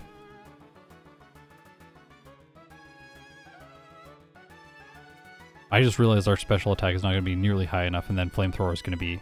Flamethrower is going to be real bad. We're not going to have success. One thing I do want everyone to remember with Glacia using Flamethrower is that the Celio line and the Wall Rain have thick fat, which reduces the damage from Fire-type moves and, Ice-type moves. Why would you use an Ice-type move against a Water-Ice type? I don't know. But it reduces the damage so that you do even less. Okay, we're gonna go and find the Glacia fight somewhere around here where I'm losing a bunch. This is good enough. Take control now. Okay, one nice thing about Pokebite is we can just go in and edit stuff whenever we want. So we're gonna go in and we're gonna edit our guy. We're gonna give it Flamethrower. There we go. We have Flamethrower now. Let's check this.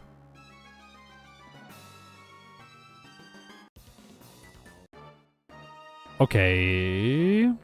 Yeah, I backported this Pokemon from a later generation, so I just added it to the game. So you can see here that Thick Fat is calculating into the effective power in the bottom center of the screen. 47. Effective power on Flamethrower against the Celio. So we're going to need to crunch the Celio, as I figured out throughout my last run, being very stubborn. But then we can Flamethrower the Glalie, which should give us 1 hits on both the Glalie. So then we can technically run... I think we can run Crunch, Black Glasses, Flamethrower for this fight, and 2-shot the Wall Rain. But as we saw in the last battle, we're going to Dragon Claw, and then we're going to... So there's no potion. So, see, okay, there, we win easy if we also Flamethrower. A lot easier than I won last time. That said, I think the Dragon Dance strategy is a little bit more consistent, because the first Celio is not that good. Its best Ice-type move is Ice Ball. Ice Ball is rollout for Ice. So it hails first turn, then Ice Balls does almost no damage. So, yeah.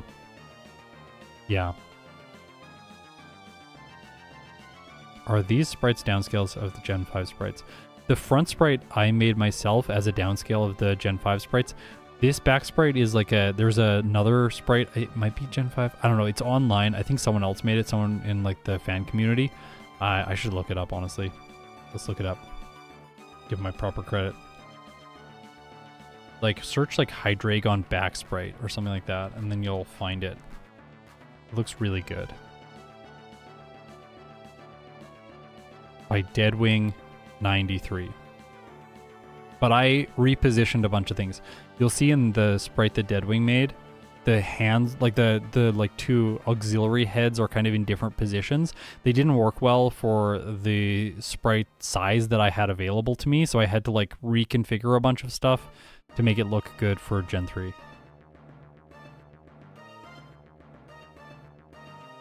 So like, I think maybe the best way to describe it is like it's based off of the work of Deadwing 93 and downscaled and repositioned by me. Okay, I think we're ready for our next run. I think we run Dragon Dance during the league. I think we run Dragon Dance with Hidden Power and then like Crunch and Dragon Claw like I did in the first run. And then, so we delete Surf before the league, but then we run the special set outside of that. And I think we probably don't buy...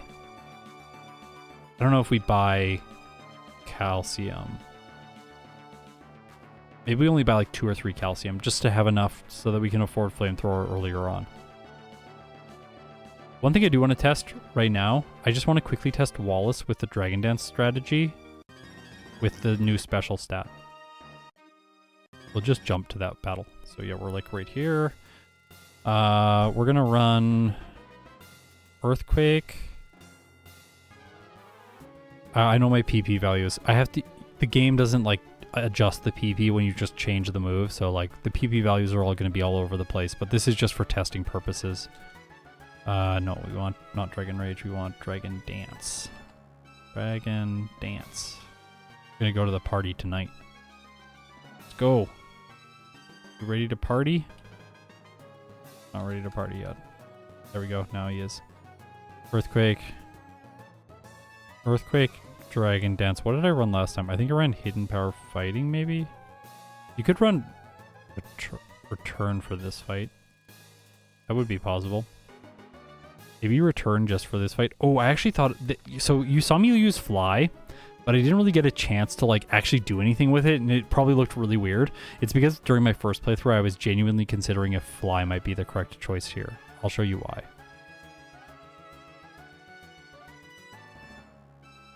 Okay. Let's go, Wallace. Like Hidden Power Fighting. We can just get a new copy of it if we need it later.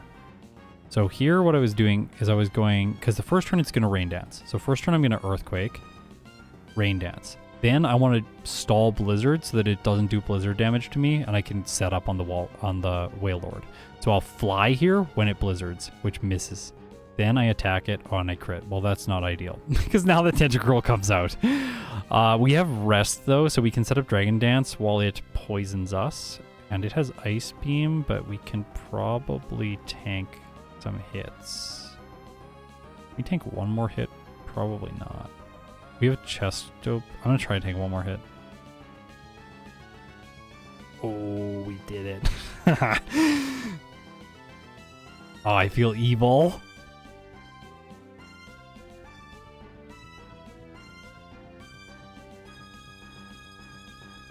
Oh, the timer is not running because I'm not playing the game right now.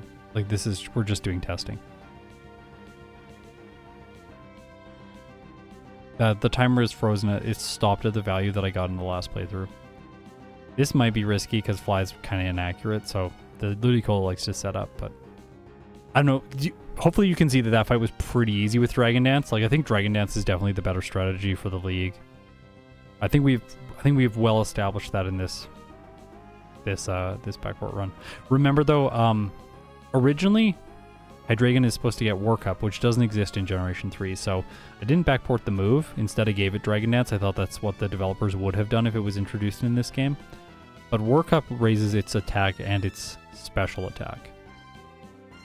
Obviously raising its speed doesn't really do anything, but if we could raise our special attack, that would be even better. Because then we could run, like, for Wallace, for example, we could run Crunch, maybe like Crunch Dragon Claw Workup, and then just sweep with same type attack bonus moves. Or we could hold on to Shockwave. Or we could run Shockwave Flamethrower against Glacia. Like, there's so many more options. Workup is very broken, yeah. Excellent on Hydreigon. Okay, I think we're gonna do another run. Okay. Let's do the follow-up and see if we can get a better time with Hydreigon. We will get a better time, to be real. Oh yeah, we gotta bring the cat back, sorry. He's just a orange mound right now.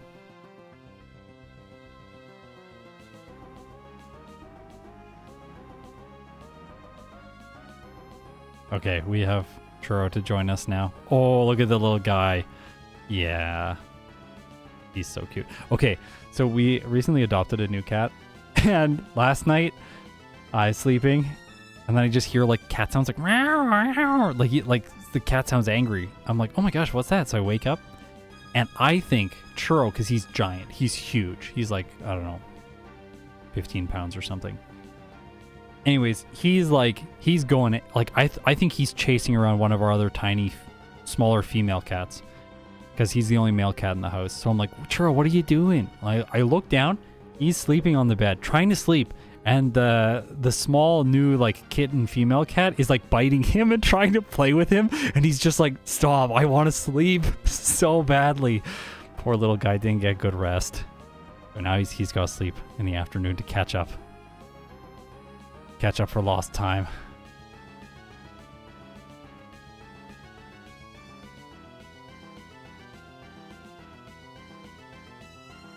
Alright, give me a second.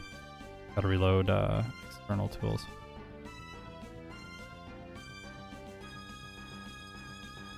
Yeah, Churro definitely gets hyper voice. He's very loud. Definitely one of his moves when he becomes a Pokemon. And he will become a Pokemon. I'm promising to everyone that my cats will be Pokemon. They'll be Pokemon sometime in the next year. Okay. Just refresh everything, make sure that the software is all ready to go, and we'll start recording the replay in case we need this data later. Oh, I sent you the hotfix files. Okay. Wait, 1 second. We're just going to restart the music. Austin sent me hotfix files. Oh, and we got little pieces of voiceover. Oh my gosh, this is a lot of hotfix files. Okay.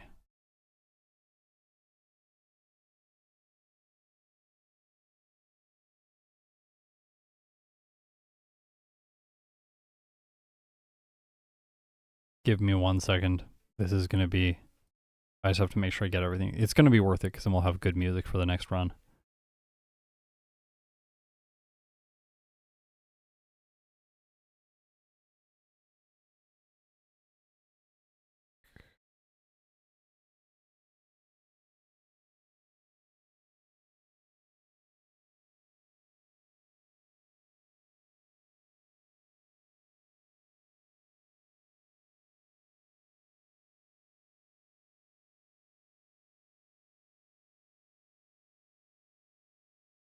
Okay.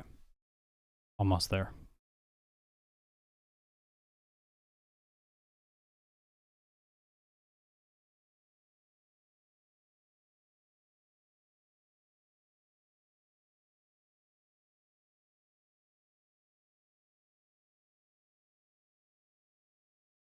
Took the priority off of Petalburg Woods music. Thank you. We're getting a lot of Petalburg Woods music last time. So hopefully we're going to hear less of that track this time. Let's see. We'll start it up. Last time, as soon as I started it, it started playing this track and then just didn't stop. Where is it now? Okay, here we go.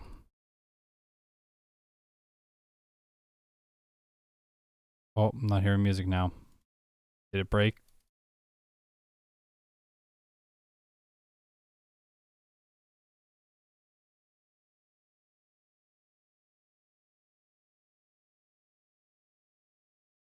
Yeah, I know there's no music right now.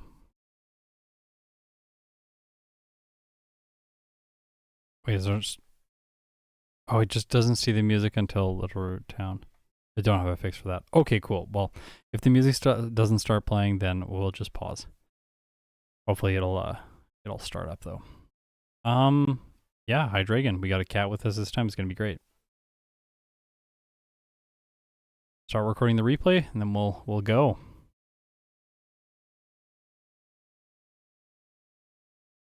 Oh, this is not a Game Boy. This is an emulator. I'm recording it on PC. The game's running at 4 times game speed. Okay.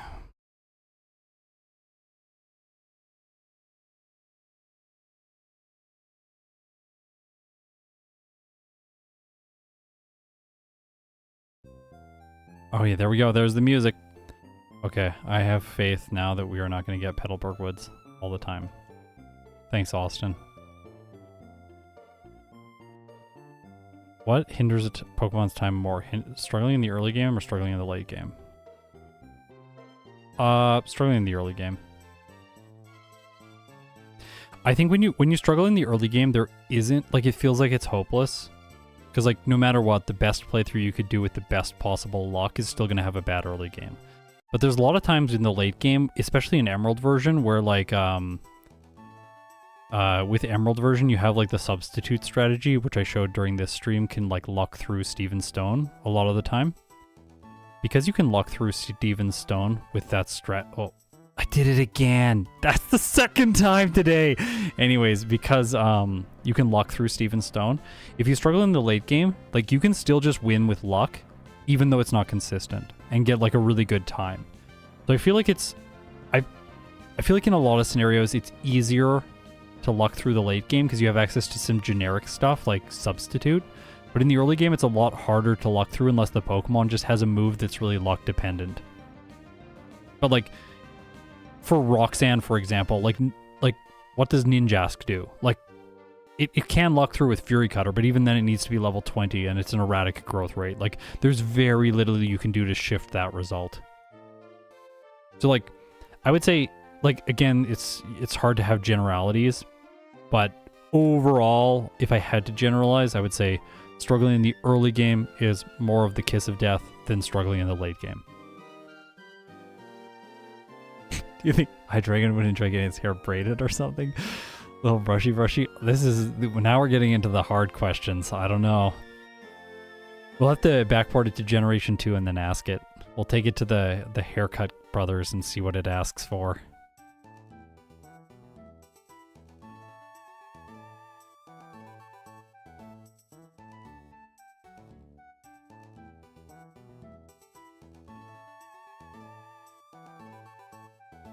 Hey, I didn't get a wild Pokemon this time. That's nice.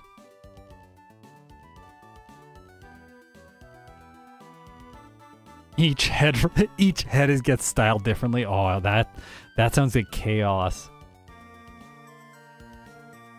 I feel like the front head, like the main head, I don't think it would want bangs. I'm just saying that. It's gonna be it's gonna be like the left hand that wants bangs. And then the main head's gonna have to fight for like the spiked up mohawk style that it has.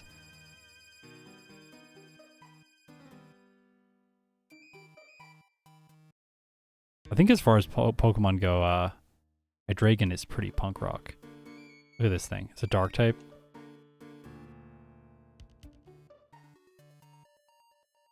Also, I do want to say that, like, he's kind of, when you look at his legs, little leggies back there, he's slightly less intimidating when you look at the little legs. Okay, so we one-hit all of Roxanne's Pokemon. Again, his legs definitely skipped leg day, I know. His wings didn't, though. His wings are cool.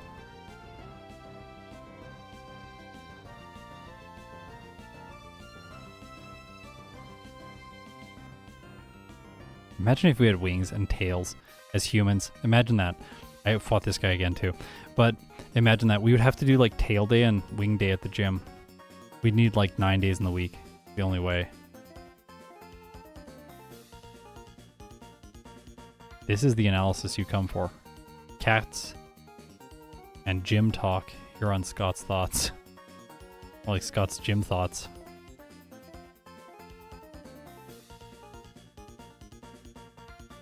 It's a cute truck. No. No!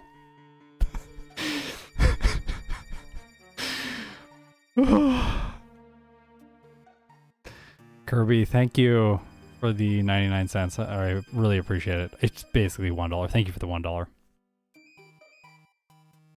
Hope you're enjoying the stream.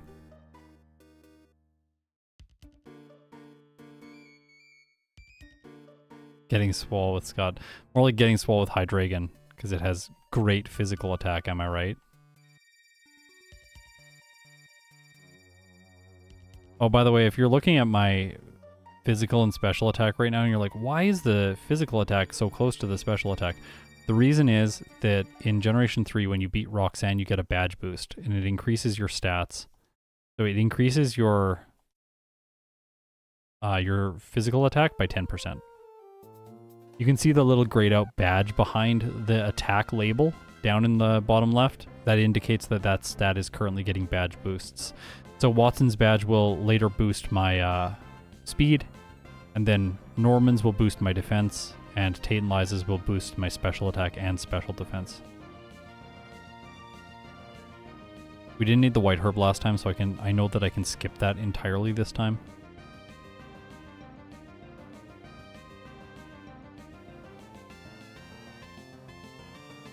Oh, special Absol? That's interesting. Yeah, I did it with Swords Dance. It's really good with Swords Dance. Stop.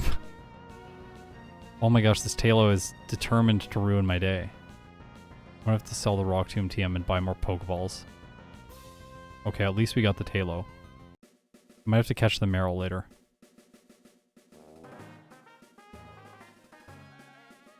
We don't need a Rock Tomb anyways. Trash move. Hate that move. It's one of my least favorite moves in the game. That's cut.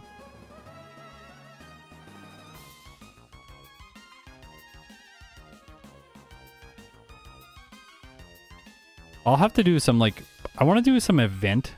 Like, I'll do some, like, maybe some, like, wonky Pokemon where, like, I use their, like, substandard stat or something to try and, hey, I got him.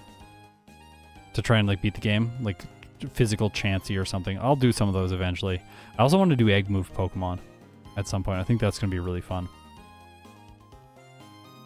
A little bit weird when I don't need the Silk Scarf. Silk Scarf is so common. But I don't think... Like, I'm not using Return in this playthrough.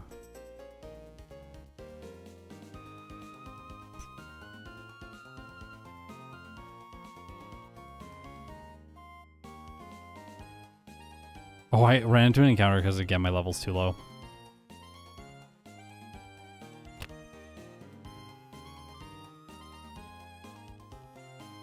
Ninja. Well, it is Halloween month.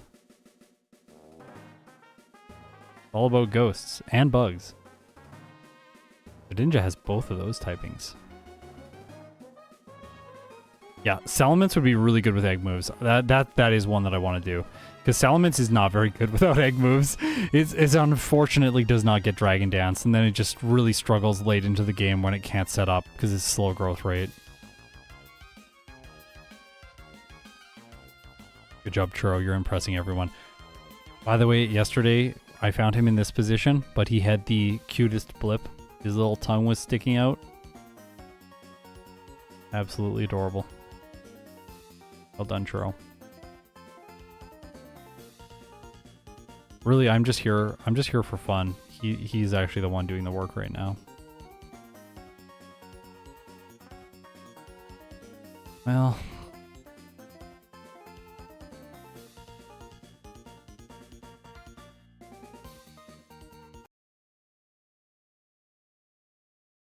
uh-oh. Oh, no, there is music. It's just quiet.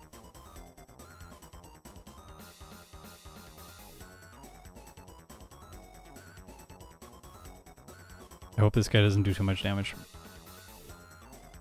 I'm gonna have to go back to the center. It's fine. It's fine. I don't want to buy items.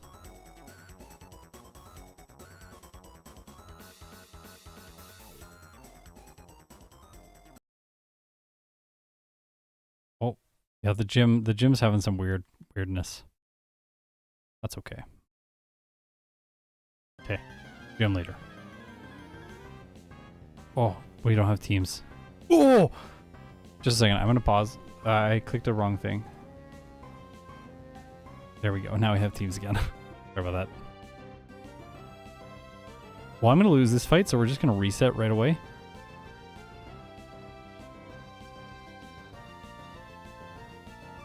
That did way too much damage. I think I should probably headbutt first turn on the two Pokemon that can survive the Dragon Rage, just in case of flinch. Also, doing less damage is better because then you won't super potion.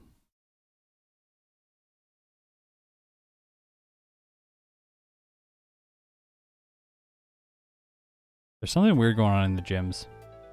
I don't know what it is. That's like something that's causing problems with our tracks. We'll have all this worked out by hopefully the next stream, but maybe a couple streams from now. It takes a while to make all this custom software. And I really appreciate Austin working on this project. It's so awesome that we can do this now. It's the E in the file name? Oh no. Maybe, did we miss one of the files? Because I tried to move everything over, but... Oh, okay.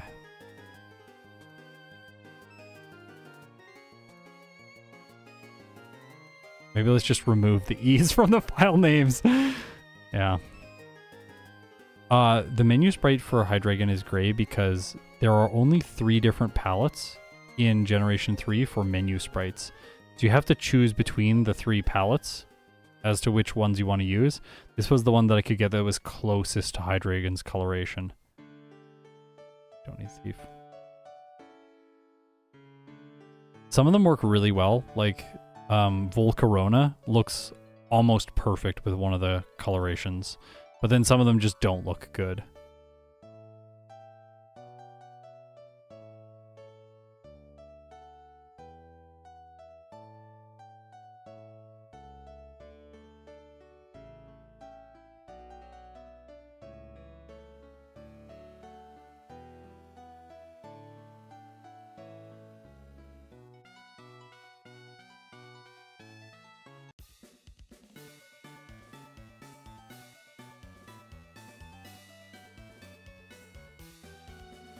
The pickle green shiny it has. Yeah, this is a green shiny. Not the best shiny color.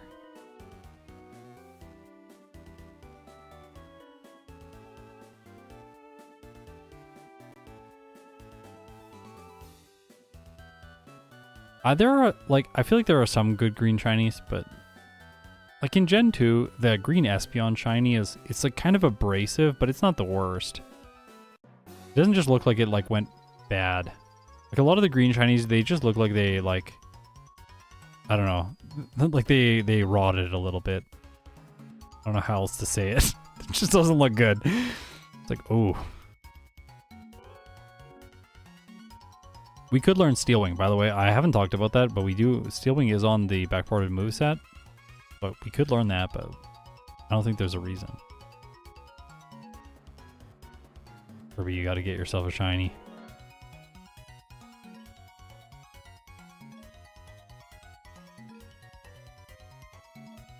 Oh. Meryl survived.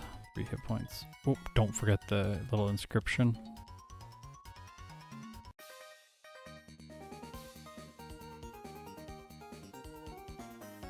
Have you ever tried Pokemon Infinite Fusion? Yeah, we could definitely backport something like a fusion Pokemon into this game. I can do whatever you want. Like, all possible.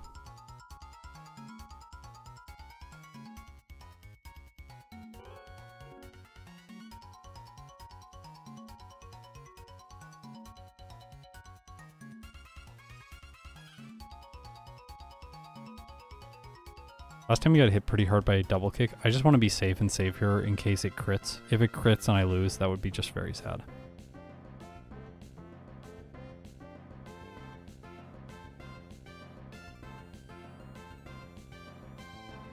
Good. We're learning Roar. We don't want to learn Roar unless we're Raticate. Raticate needed Roar. Go watch the video. Oh gosh, that was a weird playthrough.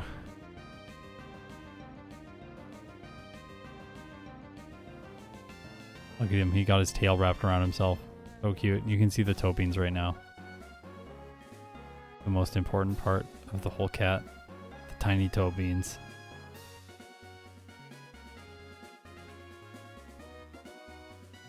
Forgot to get the harbor mail. Okay, I'll get it next time I'm down there. Please try and remind me to get the harbor mail. I don't have to fly back and get it later in the game. Did I get a heart scale? I think I did on the beach.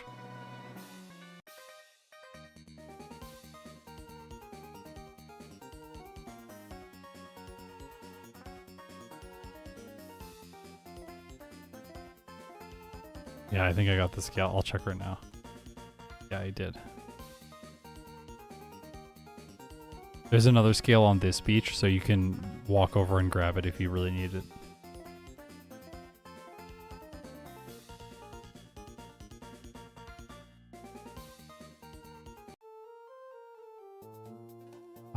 I did fight the person with the bugs inside the gym and say they're good experience, but like, I don't really feel like Hydreigon needs it. So I'm probably gonna skip it in this run.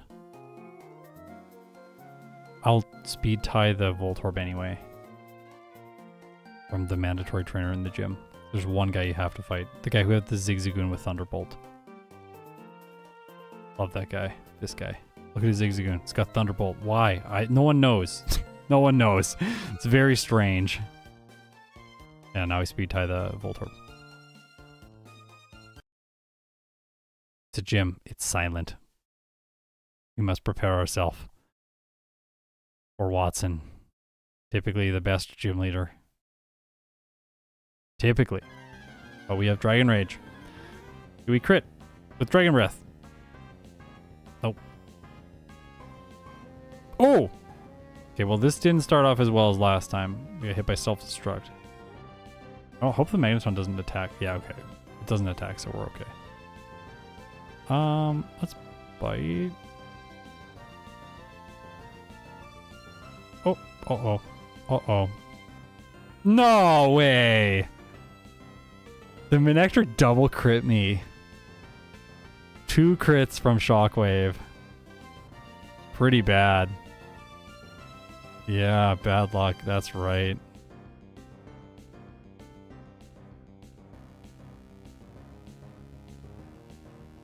I'm not fast with the Manectric. Just gonna Dragon Rage it. That's fine. Yeah, 2 crits, 2 fully paralyzed. That was pretty bad, Watson. Like, genuinely quite bad there.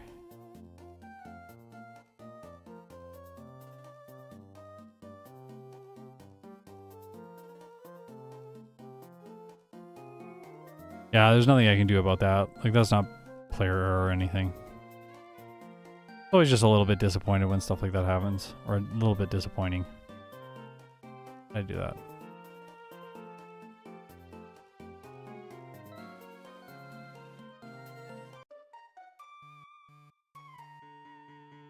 Okay, remember how I looped around for hidden power fighting? We know that I don't need to do that. Like, objectively, we can just go here, get secret power. Then it'll be in the TM shop for later. But we don't need it right now. Uh-oh. This music again! Haunts my dreams.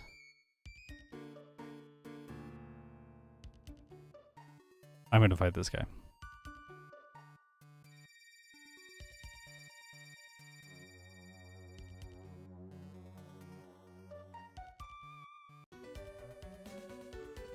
This music's good.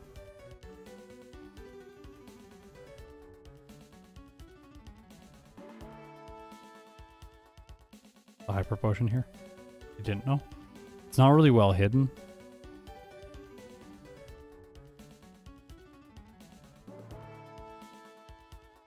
The Gen 3 fat guy sprite is so bad. Is it? I haven't looked at it. I don't think it's that bad. Unlike the coughing sprite. Is that coughing? I think the coughing sprite's good.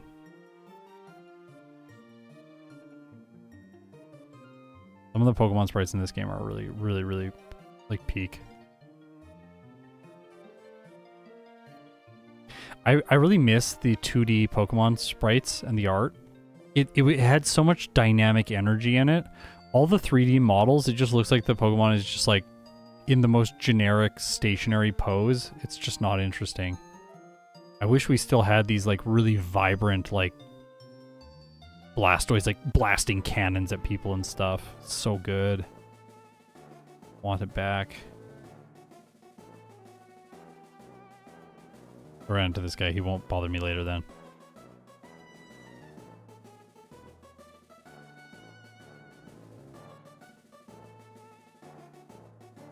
I definitely like the later generations of Pokemon games, but I definitely can see why people would only like the first 5 generations. Like, a lot changed in Generation 6.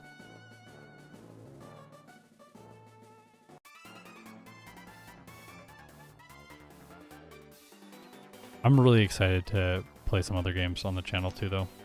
Like, not, like other Pokemon games is what I mean. I don't think we need to fight that guy.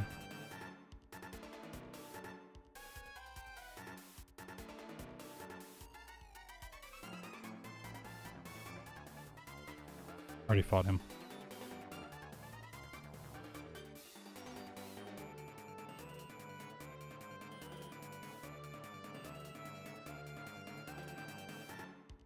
Hydreigon's 3D model is like, it's not great, but it's also not awful. There are some truly awful 3D sprites. I'm thinking Typhlosion. Typhlosion does not look cool anymore. Like, if you look at it in Gen 2 or in any of the early generations, it looks so fearsome. You're like, oh my gosh, look at that. Like, that thing's like, it's like a flaming rodent. This thing's awesome. And then you look at it in Gen like 6 and it's just standing there with no fire on it. Like, what happened? What did they do to my guy? They nerfed him. Visual nerfing. Poor little Typhlosion. Come on, see someone. No, no one there, darn. Yeah, the 3D model really does need the fire. And I know that the fire comes out at some points, but like, it needs to just always be out. It looks so much cooler when it's always out. Another one that's really bad now is Fearow. What happened? Fearow looks so cool in some of the earlier art and the earlier games. It looks like terrifying. And now it just kind of looks like... The only word that's coming to my brain is lumpy. Like, it looks lumpy. I don't know. Fearow doesn't look good anymore.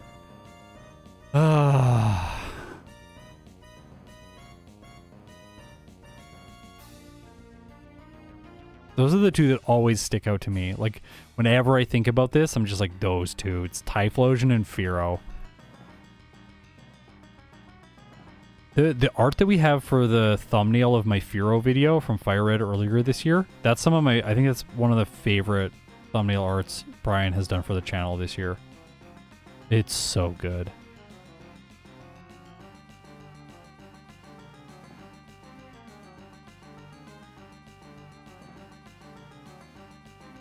Like that, it just looks so like, so intimidating. I'm pretty sure it's based off of like an anime pose or something from it, or like a card or something.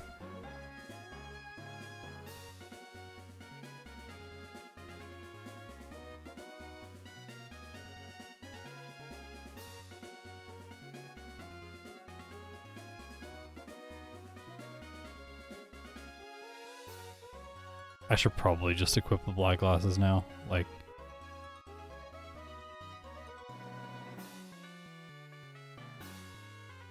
I didn't use my BP ups and stuff last time, so like, might as well just do it.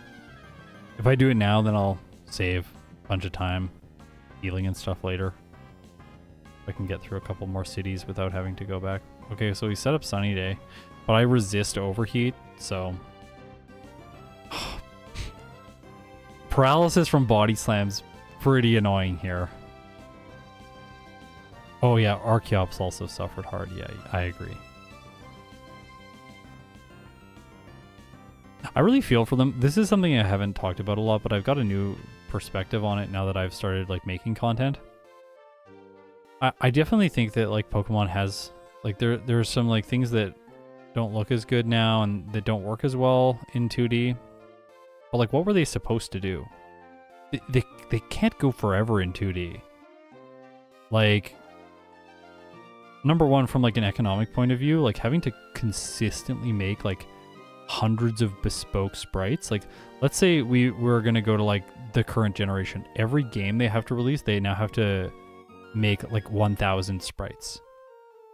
That, and in high res, because the games are just gonna get higher and higher res. So like this is not very scalable. And like, obviously we want the franchise to continue and continue to grow and change and evolve. I've just noticed that on my channel too. Is like, the more games I add to my solo challenge running format, the more unlikely I am to finish series. And so I constantly have to think about what choices am I making and how do I make those choices in a way that like I'll be able to finish these series. Oh, I did it again. I don't know, like I don't have the solution. I think it's a lot more complicated, but like it's definitely fair to criticize the result of what has happened.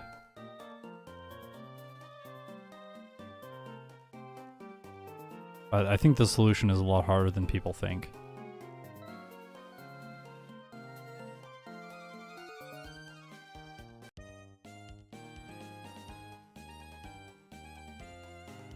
Did you finish the Platinum series? No, like it's ongoing, of course. All my series are ongoing. I haven't finished any of the series yet. Yellow will be the first one I finish. Yellow's finishing in 2025. I've already promised everyone it's going to finish in 2025.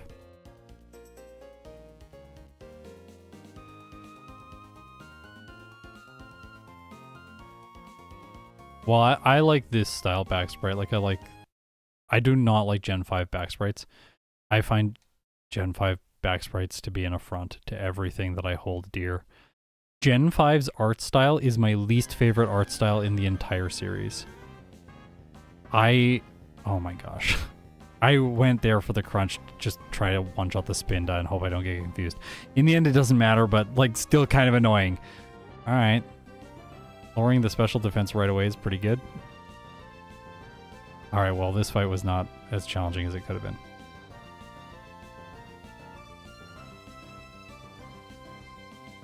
Yeah, Gen 5, the art style in Gen 5, actually this fight was really close, but we still win.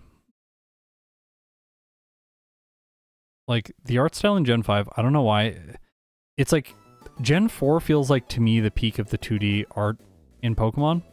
And then in Gen 5, I feel like they made everything uglier.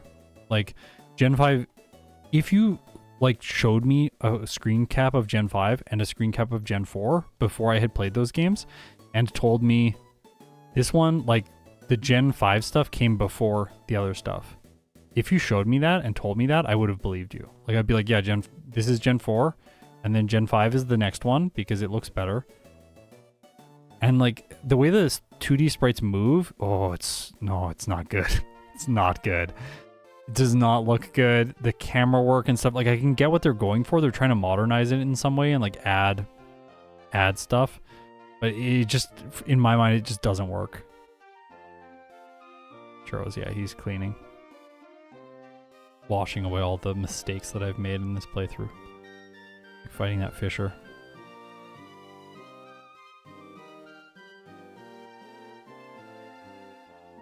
It's gonna run out right there, yeah. 4 steps after I open the inventory.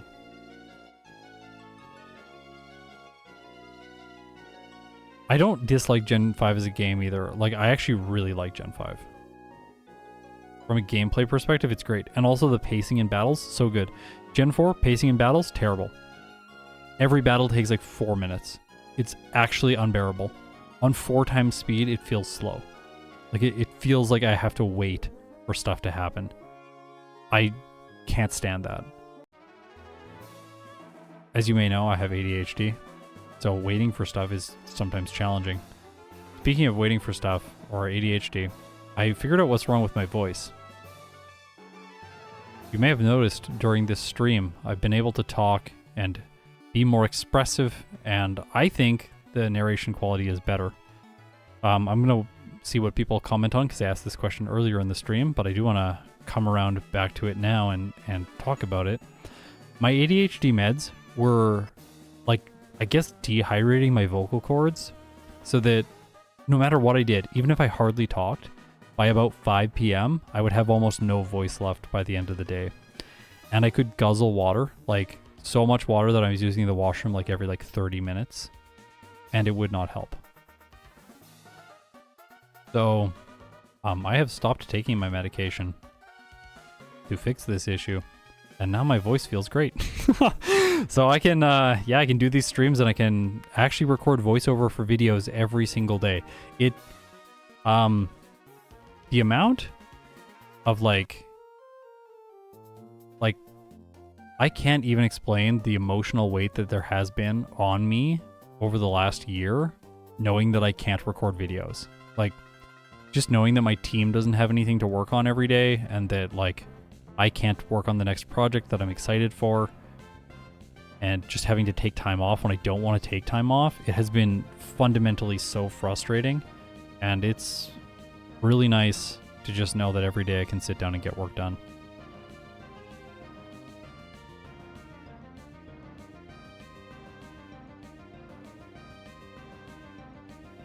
Anyways, that's the update. So, yeah, I think that'll mean more videos and more streams. Because a big rate limiter on why I have not been able to get through these series as quickly as I wanted to has been the fact that my voice just hasn't been good enough over the last 2 years. It's been in a terrible place. At some points, I could only record 15 minutes of voiceover every day. And that's like raw voiceover. So when you cut that down, that's like 7 minutes of a video. Maybe less. Maybe more if I'm like doing a good job on my delivery, but not always.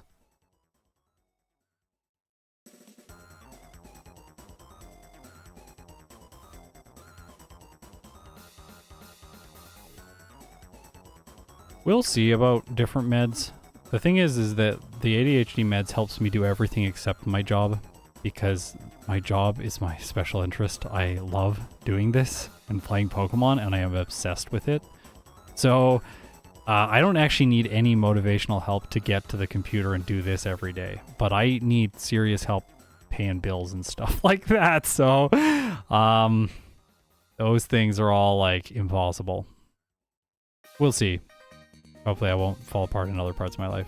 Also, we getting a good Tobian picture right now. Look at this. It's great. Doing a good job cleaning, Churro. Definitely want to learn Dragon Claw. Bye-bye. Oh, look at him. Look at him. We're getting great shots right now. Look at this. Look at his leg. He's got like his like outstretched like ballet dancer leg right now. That's a good shot. Oh. He's getting self-conscious. Oh, what a guy. Yeah, 10 out of 10, great form, I agree. He's killing it. Every time before I stream, I always go and find him in the house, and then I say, hey, it's your moment to shine, buddy. Come and hang out with everyone. But he doesn't always listen to me.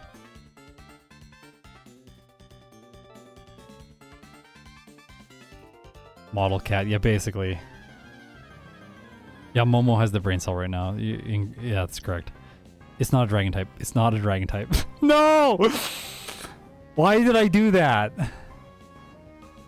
I should be using Dragon Claw too. This is actually just a train wreck. I'm gonna reset that fight.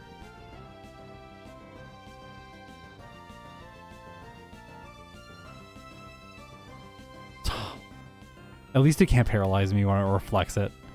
Oh, we have a second cat. There was a second cat in the room. It didn't paralyze me this time. It's good.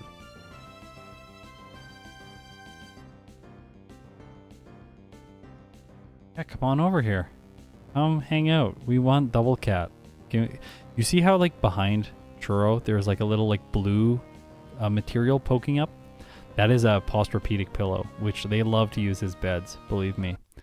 We don't have pillows anymore. Okay, here. Watch. I walk right, bump into the thing, because you can't walk any further than that, and then you go straight down and you go out the door. I figured that out pretty recently. It's a really nice 4x speed motion aid.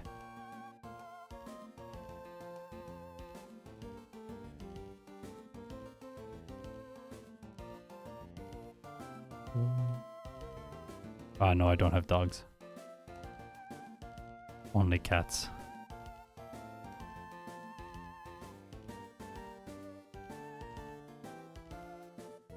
Get the zinc over here.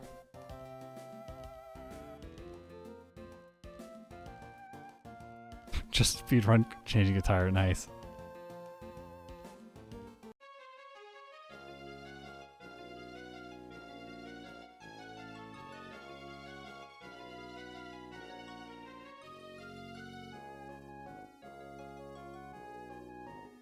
I don't think I need more berries.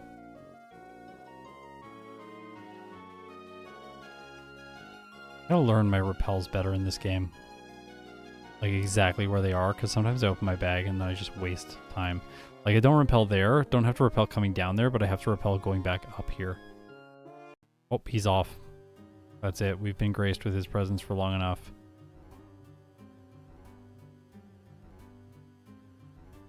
Bye-bye, churro. Oh no. Clicked in the wrong window. I'll bring it back up if he decides to come back over.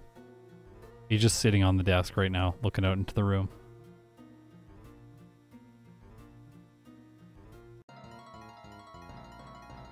Dun, dun, dun, dun.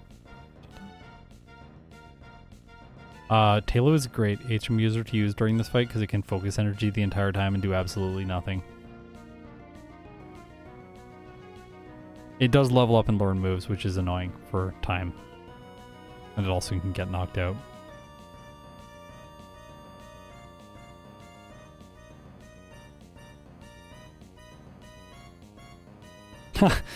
I'm not, yeah, this is why I make mistakes though, because I'm reading chat and stuff.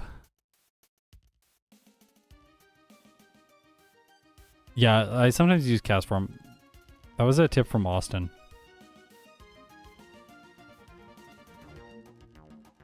The cast form is a pretty good tip. I've been leaving it in the PC though, and skipping that action.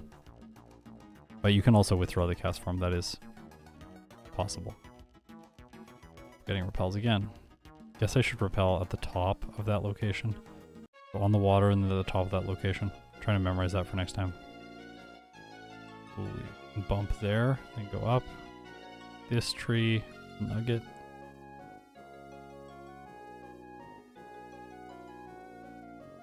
Rival.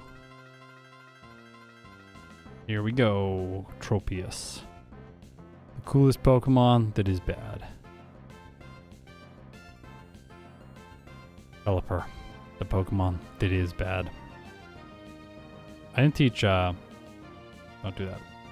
I didn't teach Surf this time. I don't actually know if I need it, honestly. The more I'm like thinking about it, the more I'm like, what does it really help for? Like I get the one hit the Blaziken or the Combuskin, but like the Combuskin is not very good anyways. Pelipper looks like a toilet. That's my kind of humor.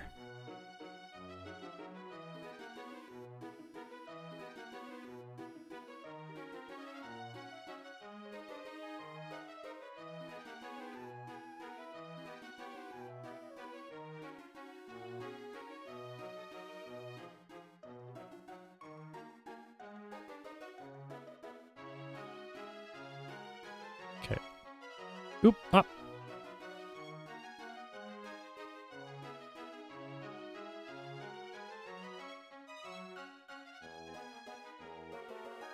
Oh no. Don't go back in there.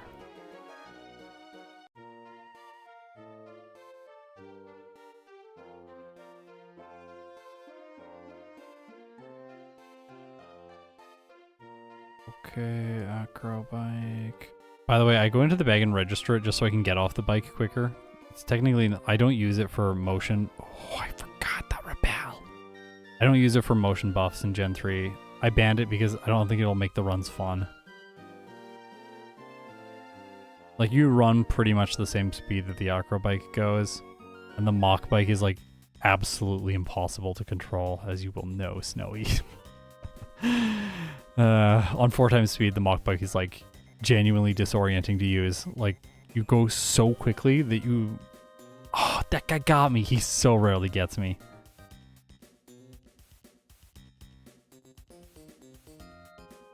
I will admit that I kind of estimate the frame that I need to walk by there on. I'm not super precise about it. Then I get into those scenarios where they'll catch me sometimes.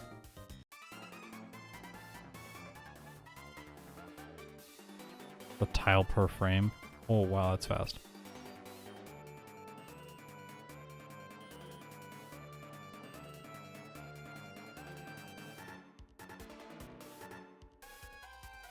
Pop, pop, pop. Ibrahim, thank you for the €2. Did I mention your game show comment? I don't remember. My brain is in Hydreigon mode right now. Want to get a better time. Want to get a significantly better time. Like, we gotta go, we gotta go.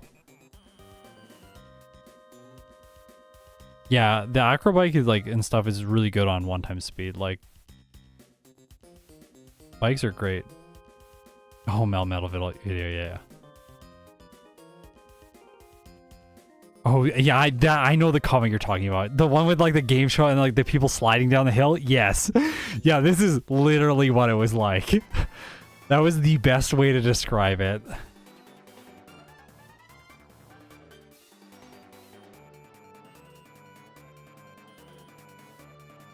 I don't know if I've, like, ever played a Pokemon that's been quite like that, where everyone, like, no one figures it out the first run. We all just kind of get there and then, like, slam our head into the wall that is red until we luck through. Like, I don't think that's really ever happened. This really felt like the first time. Definitely within the series with them, but, like, and we haven't really had a format like this before.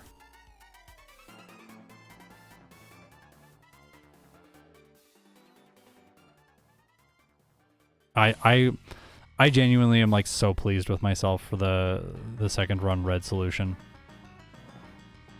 I think this is some of the most interesting play that there can be, or that there has been in Gen 2.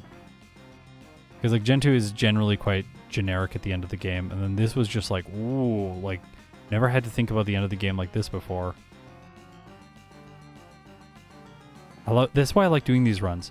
Because, like, sometimes you get, like, a boring generic run, then I just make a video on it. Because, like, I want to report on essentially all the Pokemon. It's like, if you're a news reporter or you're a researcher, like, when you find something that's boring or something that's more generic, you just report, like, hey, this one was more generic. There's not, like, a lot to report here. I have to report on everything, and I try and go into detail with those reports, that you all get a sense for exactly how each Pokemon plays. But by doing this, by going through every species, I think that we're going to find more stuff like Melmetal, where there's some really cool stuff that happens. Now, Melmetal, when I backport it for my channel, the solution might be different because I likely will not give it the same moves like Flash Cannon, but it might have a similar solution.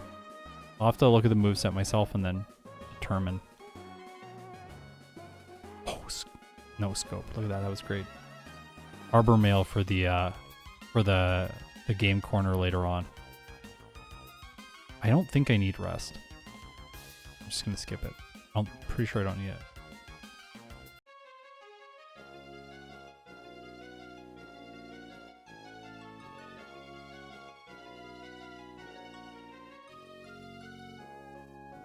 You have to trade the what's it called? The Harbor Mail for the coin case.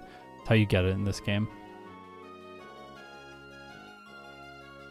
I think Ike got him. Yeah, I don't think I exist anymore. I think Ike is just in here with me. Do I teach this now?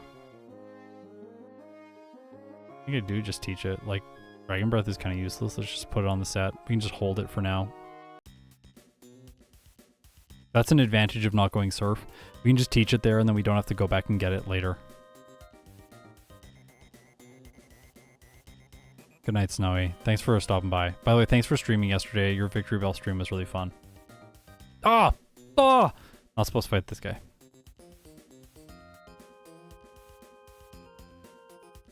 Oops.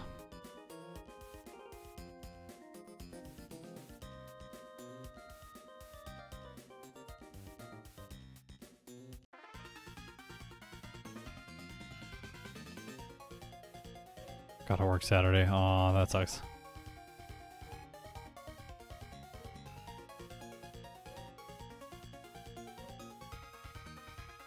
I just, like, no person buried this fight, but that's fine. Apparently I get confused, but we don't hit ourselves, so it's okay. Girl, he's not there. I gotta set up a Rosie cam too. Rosie is our black cat, who I don't think has ever been seen on stream.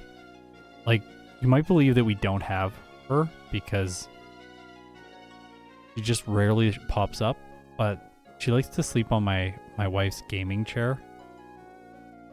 just right behind my chair, so I can like maybe set up an additional cam to eventually get some of her, even though she's a little bit more camera shy.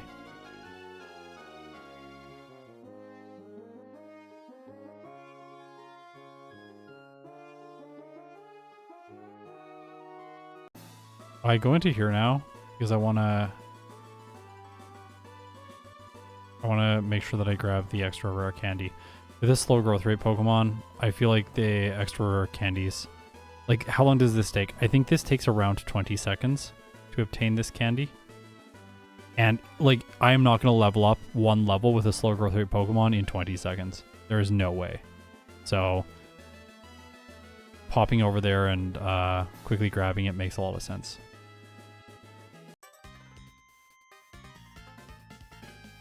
I don't know why they made Dragon special. I think they made Dragon special because in Gen 1 it seemed like special attacks or like the more powerful attacks. I think that that's kind of what they were going for. Because it seems like they added special after the fact and they're like, oh, let's make this like the powerful thing. Like that you use occasionally. Like it's a special thing that you use. You don't use it all the time. Like I feel like if they had developed the system now, they might have not gone with like physical special. They might have gone like with like physical or like ethereal or like physical or something else, like a different term. Physical, non-physical even. That's like boring, but like they probably would have used something similar to that. But like special implies like it's out of the ordinary. Which is why in Gen 1, like a lot of the Pokemon don't just get like fire moves when they're a fire type. They just like Electrode, it like gets no electric moves because those are special moves. But it gets things like Sonic Boom. That's more like the flavor of what that Pokemon is supposed to be. Yeah, like Elemental. Yeah, that exactly, like physical or elemental. That's another way, yeah, of putting it. I know there are no special attacks in Gen 1 for Dragon, though. It's unfortunate. No, he's gonna get me. Oh, he didn't get me. We're good. I thought for sure he was gonna snipe me because I did bad motion.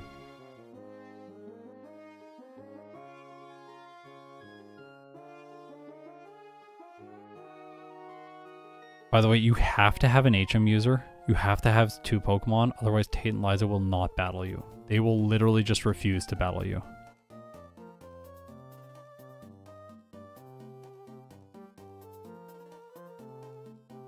My first Pokemon game was Pokemon Yellow. And my second Pokemon game was Pokemon Silver. And then after that I got Ruby after Silver. And then I got Fire Red.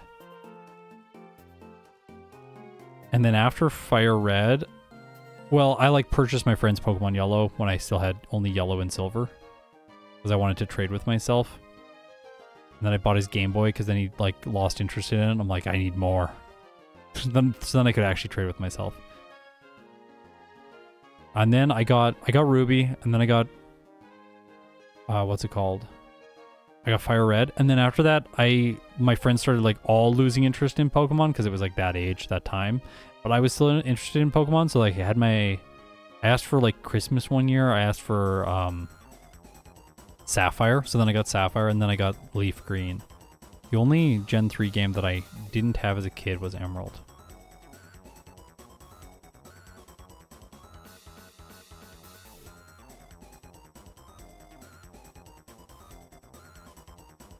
We're gonna go Berry here. Not like this fight, it's particularly challenging. Wait. I think I targeted the Zigzagoon. I don't want to target the Zigzagoon. I did play around with the idea of like maybe I should force myself to target my own HM user, which would give the opponent an advantage to make the challenge more difficult for me, more challenging, if you will. But I eventually decided not to do that. I felt that like they're already 2 against 1 in this fight, and the fact that the Claydol uses Earthquake and kind of just like KOs whatever my Pokemon is anyways, like I think it's fine for me to just attack right away and then they get like a small advantage sometimes. This is not going as well as last time. Okay, Light Screen, we're off. We knock this out now and then we get the Claydol next turn. Oh, maybe not. gonna make us take our sweet time.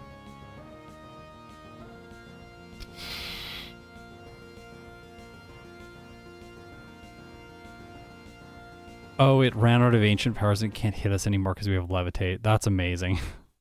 So yeah, you don't need to prioritize the Claydol. Unless it gets like a bunch of Omni boosts really quickly. The reason I target them in that order too is like I want them to use the potion on the Claydol, but then I want to get rid of the Xatu so it can't confuse Ray, then the Soul Rock so it can't flamethrower, and finally the Lunatone so it can't hypnosis.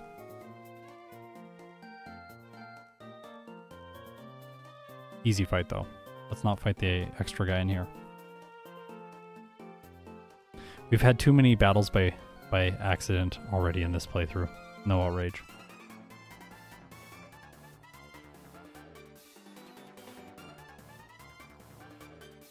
I don't think I'm going to level up to 43, but maybe I will. I don't think I'm going to. I think I'm just barely going to miss it. I would like to use rare candies before this battle. This battle was a little bit sketchy last time, and if I could just like dramatically boost my level right before fighting Maxi, that would definitely make this fight simpler. Because I'm not going to run the substitute in this section of the game, because I'm going to grab that for Steven.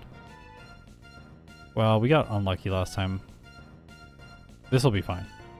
I don't think it's worth, like, even if there is a reset here, like, we'll just take it. It's fine. It's not worth, like, over-investing or losing half a level for this section of the game. I think we target the Mighty Yenas. Okay, well, they swaggered the Metang. That's actually can be sometimes quite good, because then the Metang starts hitting like a truck with Metal Claw. Or it can hit itself. Fine. Oh no. Metang, you're not making a good case for the fact that them attacking you was good for us. Uh-oh. Well, we're good. So now there's only one Mighty Yenna. And like I target down one of their teams first so that I only have to deal with one Pokemon at a time at the end of the battle. Makes things a lot more manageable. Whereas if you like kind of spread out damage, then they always have two Pokemon and things are just a little bit sketchier. Also, when there's only one Pokemon on the field from them, then the Metang is also focus firing down the one enemy that you're also targeting. Instead of like both of you just spreading your damage.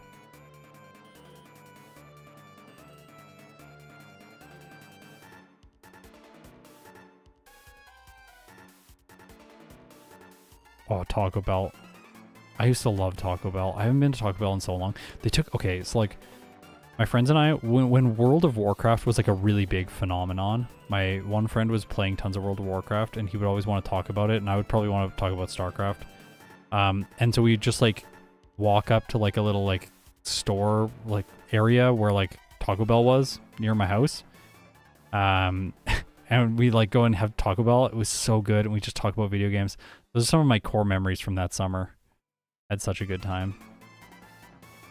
But I ate way too much Taco Bell, let's be real. And then they took away their little cheesy gordita crunch. No, they still have that. They took away the, what is it, beef and potato burrito. That thing was amazing, and it was huge. What a deal. And then they also took away their cheesy fiesta potatoes, my two favorite items. So then I stopped going to Taco Bell. I don't know why they took away the potato items. Maybe they brought them back. I hope they brought them back. Cheesy fiesta potatoes. Those are so good. Little deep fried like potato nuggets, and then like, oh my gosh. Sorry. Anyone who wasn't hungry before is now hungry. Gosh, so good. Beef and potato burrito. They had fries supreme. That was my order. Beef and potato burrito, fries supreme, cheesy gordita crunch, and cheesy fiesta potatoes. It was a ridiculous order. Way too much food for a 11 or 12-year-old boy. But that was what I had. One day, I went to the washroom before getting to my food. And I got there, and I opened up my cheesy gordita crunch, and there was a bite out of it. I looked at my friends, and they said, person from Taco Bell did it. And then I took my plate up to the Taco Bell counter and was like, hey, one of your people took a bite out of my cheesy gordita crunch. Like, what's up? And then everyone was like, obviously, like, they didn't know what was going on. And my friends are just laughing back at the table. Like, you guys, I'm too gullible. I'm too gullible. My friends ruined my cheesy gordita crunch.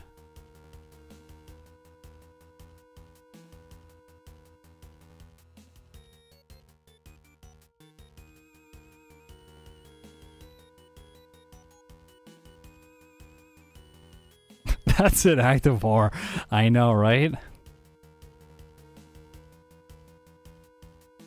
I think I tried to get one of my friends to buy me another cheesy gordita crunch, but he refused.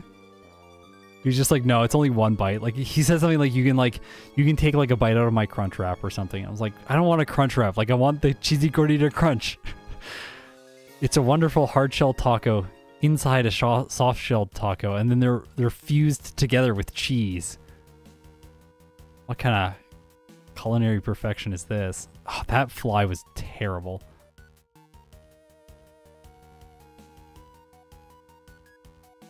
Imagine whoever came up with that. I want to be in the pitch meeting for the cheesy gordita crunch and see what was going through people's heads. Like, what if we like take a hard shell taco and a soft shell taco and we like turn them into the same thing? And they're like, wait, how would we do that? Like, which one goes on the outside, the soft one or the hard one? Like, how do you decide?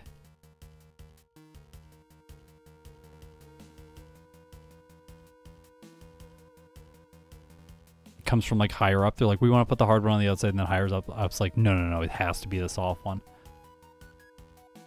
Or someone's like, what if they drop it? Like the hard one will break, but the soft one, the hard one will break, but it will keep it all together with the soft one. We're solving problems. And like, yeah. Like, think about when like the hard shell taco breaks, and then it like drips like the sauce on your hand, and then your hand is sticky. That is one of my least favorite things in the world. Sticky hands. I cannot stand sticky hands. Oil, sticky stuff like sap. Oh my gosh. I genuinely can't stand that stuff. I wish I want to just fight this person. I want experience to level up to the next level. And then, no. Oh. Well, this love disc will do it. Now we can rare candy. Yeah, so sticky stuff on my hands, not good. But like, they solved the problem with the cheesy gordita crunch with the soft shell taco, because then the sauce can't come out if the hard shell taco cracks. Masterful problem solving.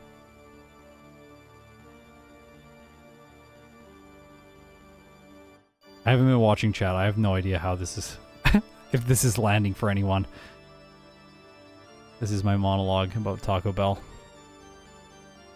Also, this music is so epic, especially right before Juan.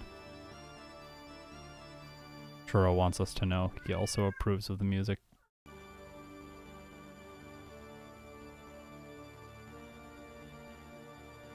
Okay, here we go.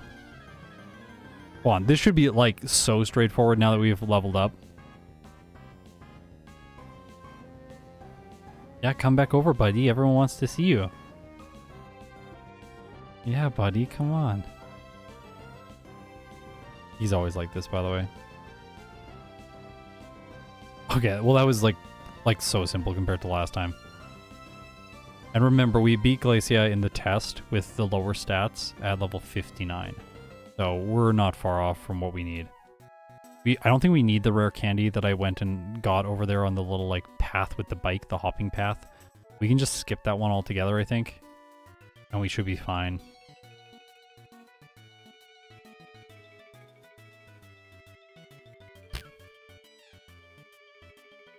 I like how I got the harbor mail, and I think I'm gonna do the physical strat against Steven. Remember? Yeah, this is playthrough 2. Oh, our time is really good right now. And we made a mistake. I made a very key mistake. I didn't mention it earlier, but I was gonna try and mention it. I taught my Meryl Rock Smash by accident. So it can't learn Waterfall then, because I can't delete the HM move. I need to teach the Zigzagoon Rock Smash. So this was just a small mistake that cost me maybe 35, 40 seconds of time now.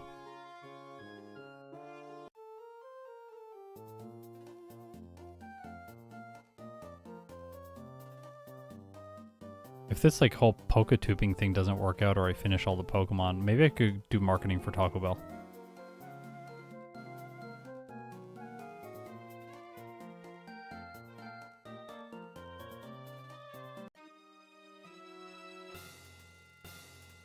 I have Dragon Dance. Dragon Dance is all my set right now. Look at it. It's right there. It's right there. We got it. We're just not using it yet.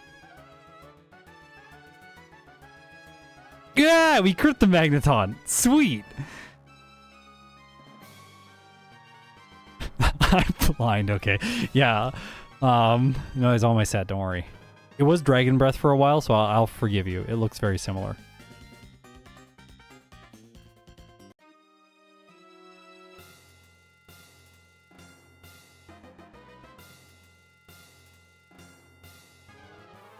I just don't want to have to go back for it. I don't like teaching Surf. Like, it seemed like teaching Surf was an obvious choice last time. And then the more I've thought about it, the more it's better to just not teach it so that you have the moveset flexibility. Like this time, because of the Meryl mistake, I had to go back to the move deleter anyways. So it wouldn't have really mattered. It would have only been a tiny bit of time. But I think in like, if you're like really dialing this run in, you're playing it multiple times, you're going to come back maybe do, let's say 5 to 10 attempts. Yeah, you don't want to have to go back. Ooh. Small amount of damage first, then crunch. Yeah, they're both dragon moves. It blends in. It's got camouflage right now, dragon type camouflage.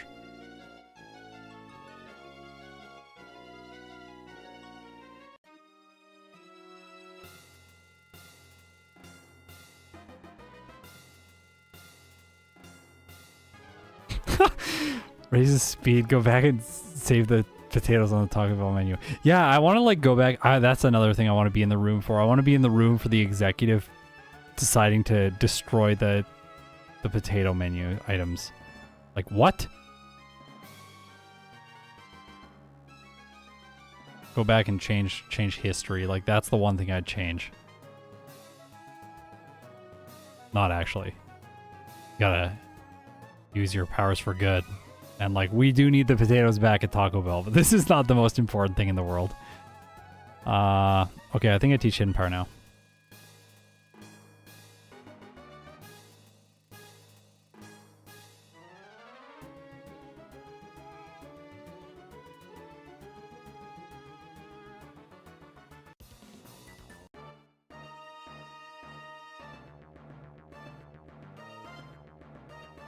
This can get a little bit messy because of Sand Attack, but yeah, that's what we hope for.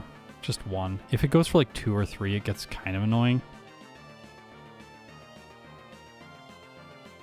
Sorry, my cat made a really weird sound. It's fine. Wow, this was so easy. I don't think I missed a single hit. Yeah, that's exactly why. Like Hidden Power fighting is exactly so that it benefits from Dragon Dance. That's exactly why I wanted it. And then you can combo the Dragon Dance and Hidden Power fighting together for Steven Stone alongside Earthquake. Like if I think if what's it called? Hydreigon did not learn Earthquake, I probably wouldn't have gone for Hidden Power fighting. Because like what's the point of going for Hidden Power fighting if like you only have one like physical damage dealing move? Like that doesn't make a ton of sense. Cherry Berry is better for this fight because the first one can sometimes body slam you to paralyze, and then you can get a little bit like more setup if you just push if it doesn't ice ball. Like we saw that +2 is all I need here. Now we win. Let's go. Watch how easy this is compared to the last playthrough. Like, last playthrough, we struggled so much here trying to go with my special set. Granted, lacking Flamethrower because I bought Calcium, but this is just so much more dominant. Like that Really is. That should convince anyone that this strat's pretty good.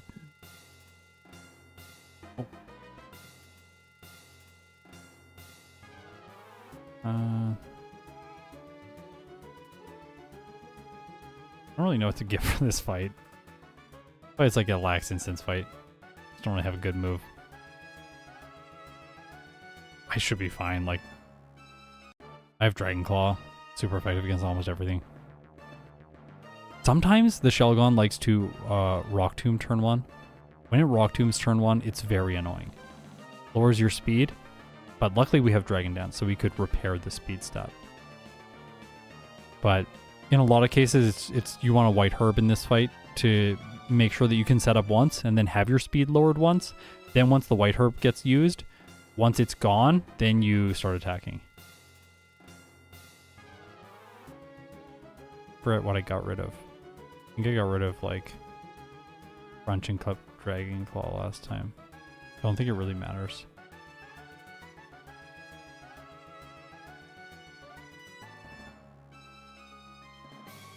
Wait, I was gonna do a fly strats here.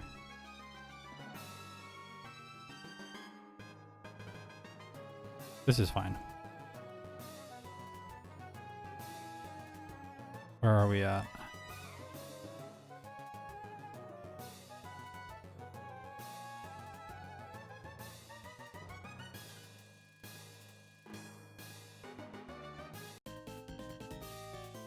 I don't know what's happening. One of the cats is like making some kind of like banging noise on my window. Making a ton of noise. I'm sorry, I don't know if you can hear it. Oh, it missed Blizzard. Cool.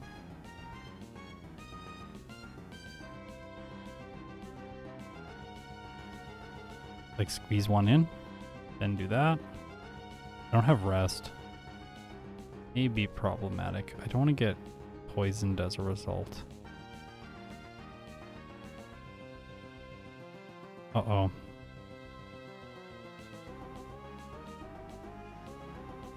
Gonna Dragon Dance? Oh, it's gonna try and... Oh my gosh, what is happening? I didn't get rest. We can still win without it. What is going on? What are you doing? Oh my gosh.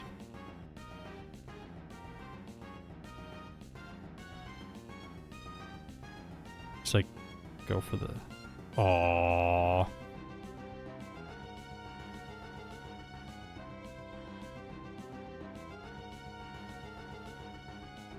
I don't think he's gonna heal. I think this is all I need. Or I can maybe get one more on... Why no stab? We have Dragon Dance right now. We don't have... The stab moves are all special. We don't want to use special moves that are stab.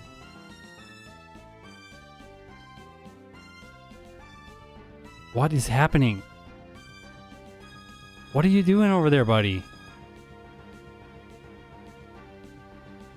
Maybe it's like a woodpecker or something. I don't know what it is, but it's like something is making a ton of noise. Okay, it just stopped. Weird. Yeah, Ludicolo is so annoying. We win.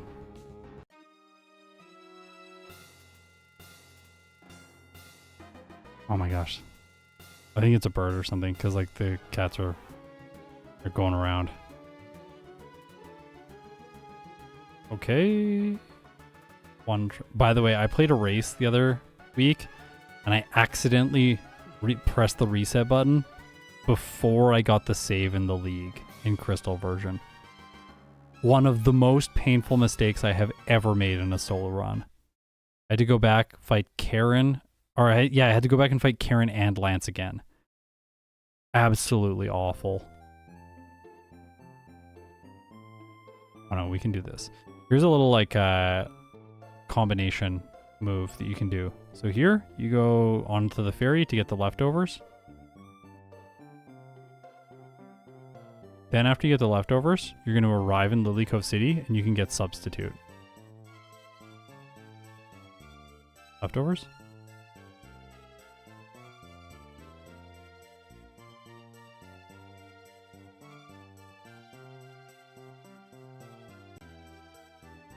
Then I'll go get Substitute in the department store. There's a little bit of walking time involved in this, but...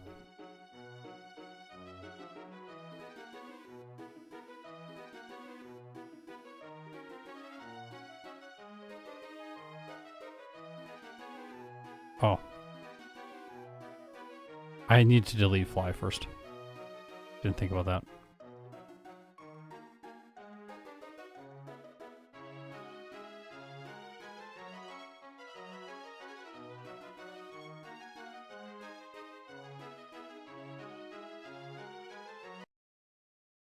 No more sound. The Pokemart. Oh no, it restarted. It restarted the sound. Interesting. Okay, now we have Substitute, leftovers. I don't actually think we need any more levels, so... We don't have rare candies now. Like, because I can skip the one over here, it'll save a little bit of time. It's not gonna make me like there's no downside to mid-level or mid-battle leveling up in Gen 3.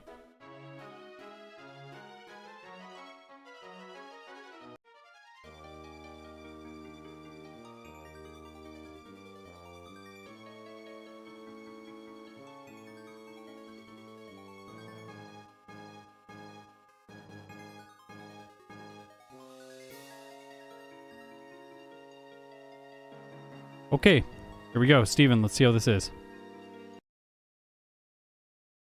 Hidden power on the clay doll. Toxic fails because Substitute. Steel Wing breaks my Substitute. That's annoying. Toxic fails. It likes to use Toxic and Spikes when those things are not set up. And it has no idea that you have a Substitute in place. So as long as your health doesn't go really low and it starts seeing KOs with Steel Wing, you can basically continuously reestablish Substitute and then just set up with Dragon Dance. This strategy is very strong. Sometimes you'll just get like 5 turns for free in a row, or like 2 in this case, and I knock it out. Hidden Power Fighting for that, then Aggron. We have Earthquake for this. Clay Doll's next. This one slows things down because we have to Hidden Power it. It takes a while, but it did not. I don't think it reflected. I think it light screened. We'll see here. If this survives, it reflected. Okay, it did not. I should have Hidden Powered that. It would have one hit. It's fine.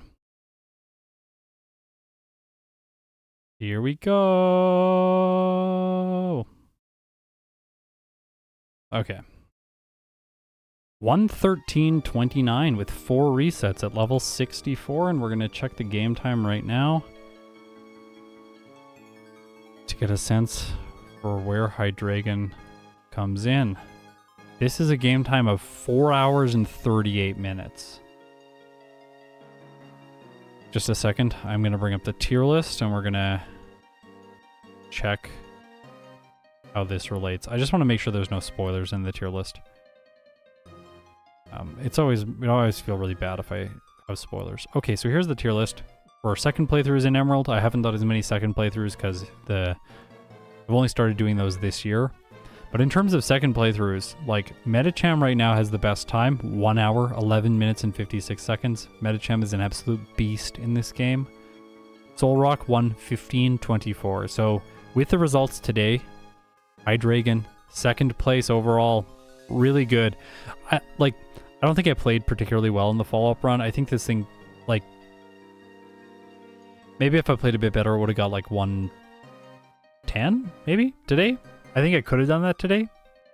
Granted, I think if we really push this thing, it can probably get something like maybe 108 to 105, like that low. Like, I think we can go that low.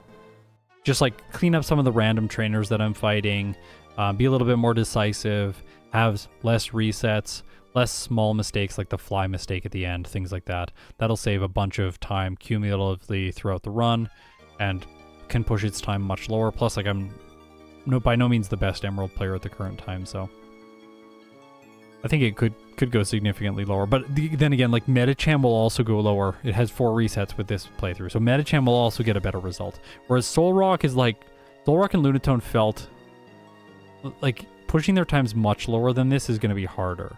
Like maybe 115, maybe 114, Maybe this one's like 112, but like going beyond that starts feeling a little bit less realistic.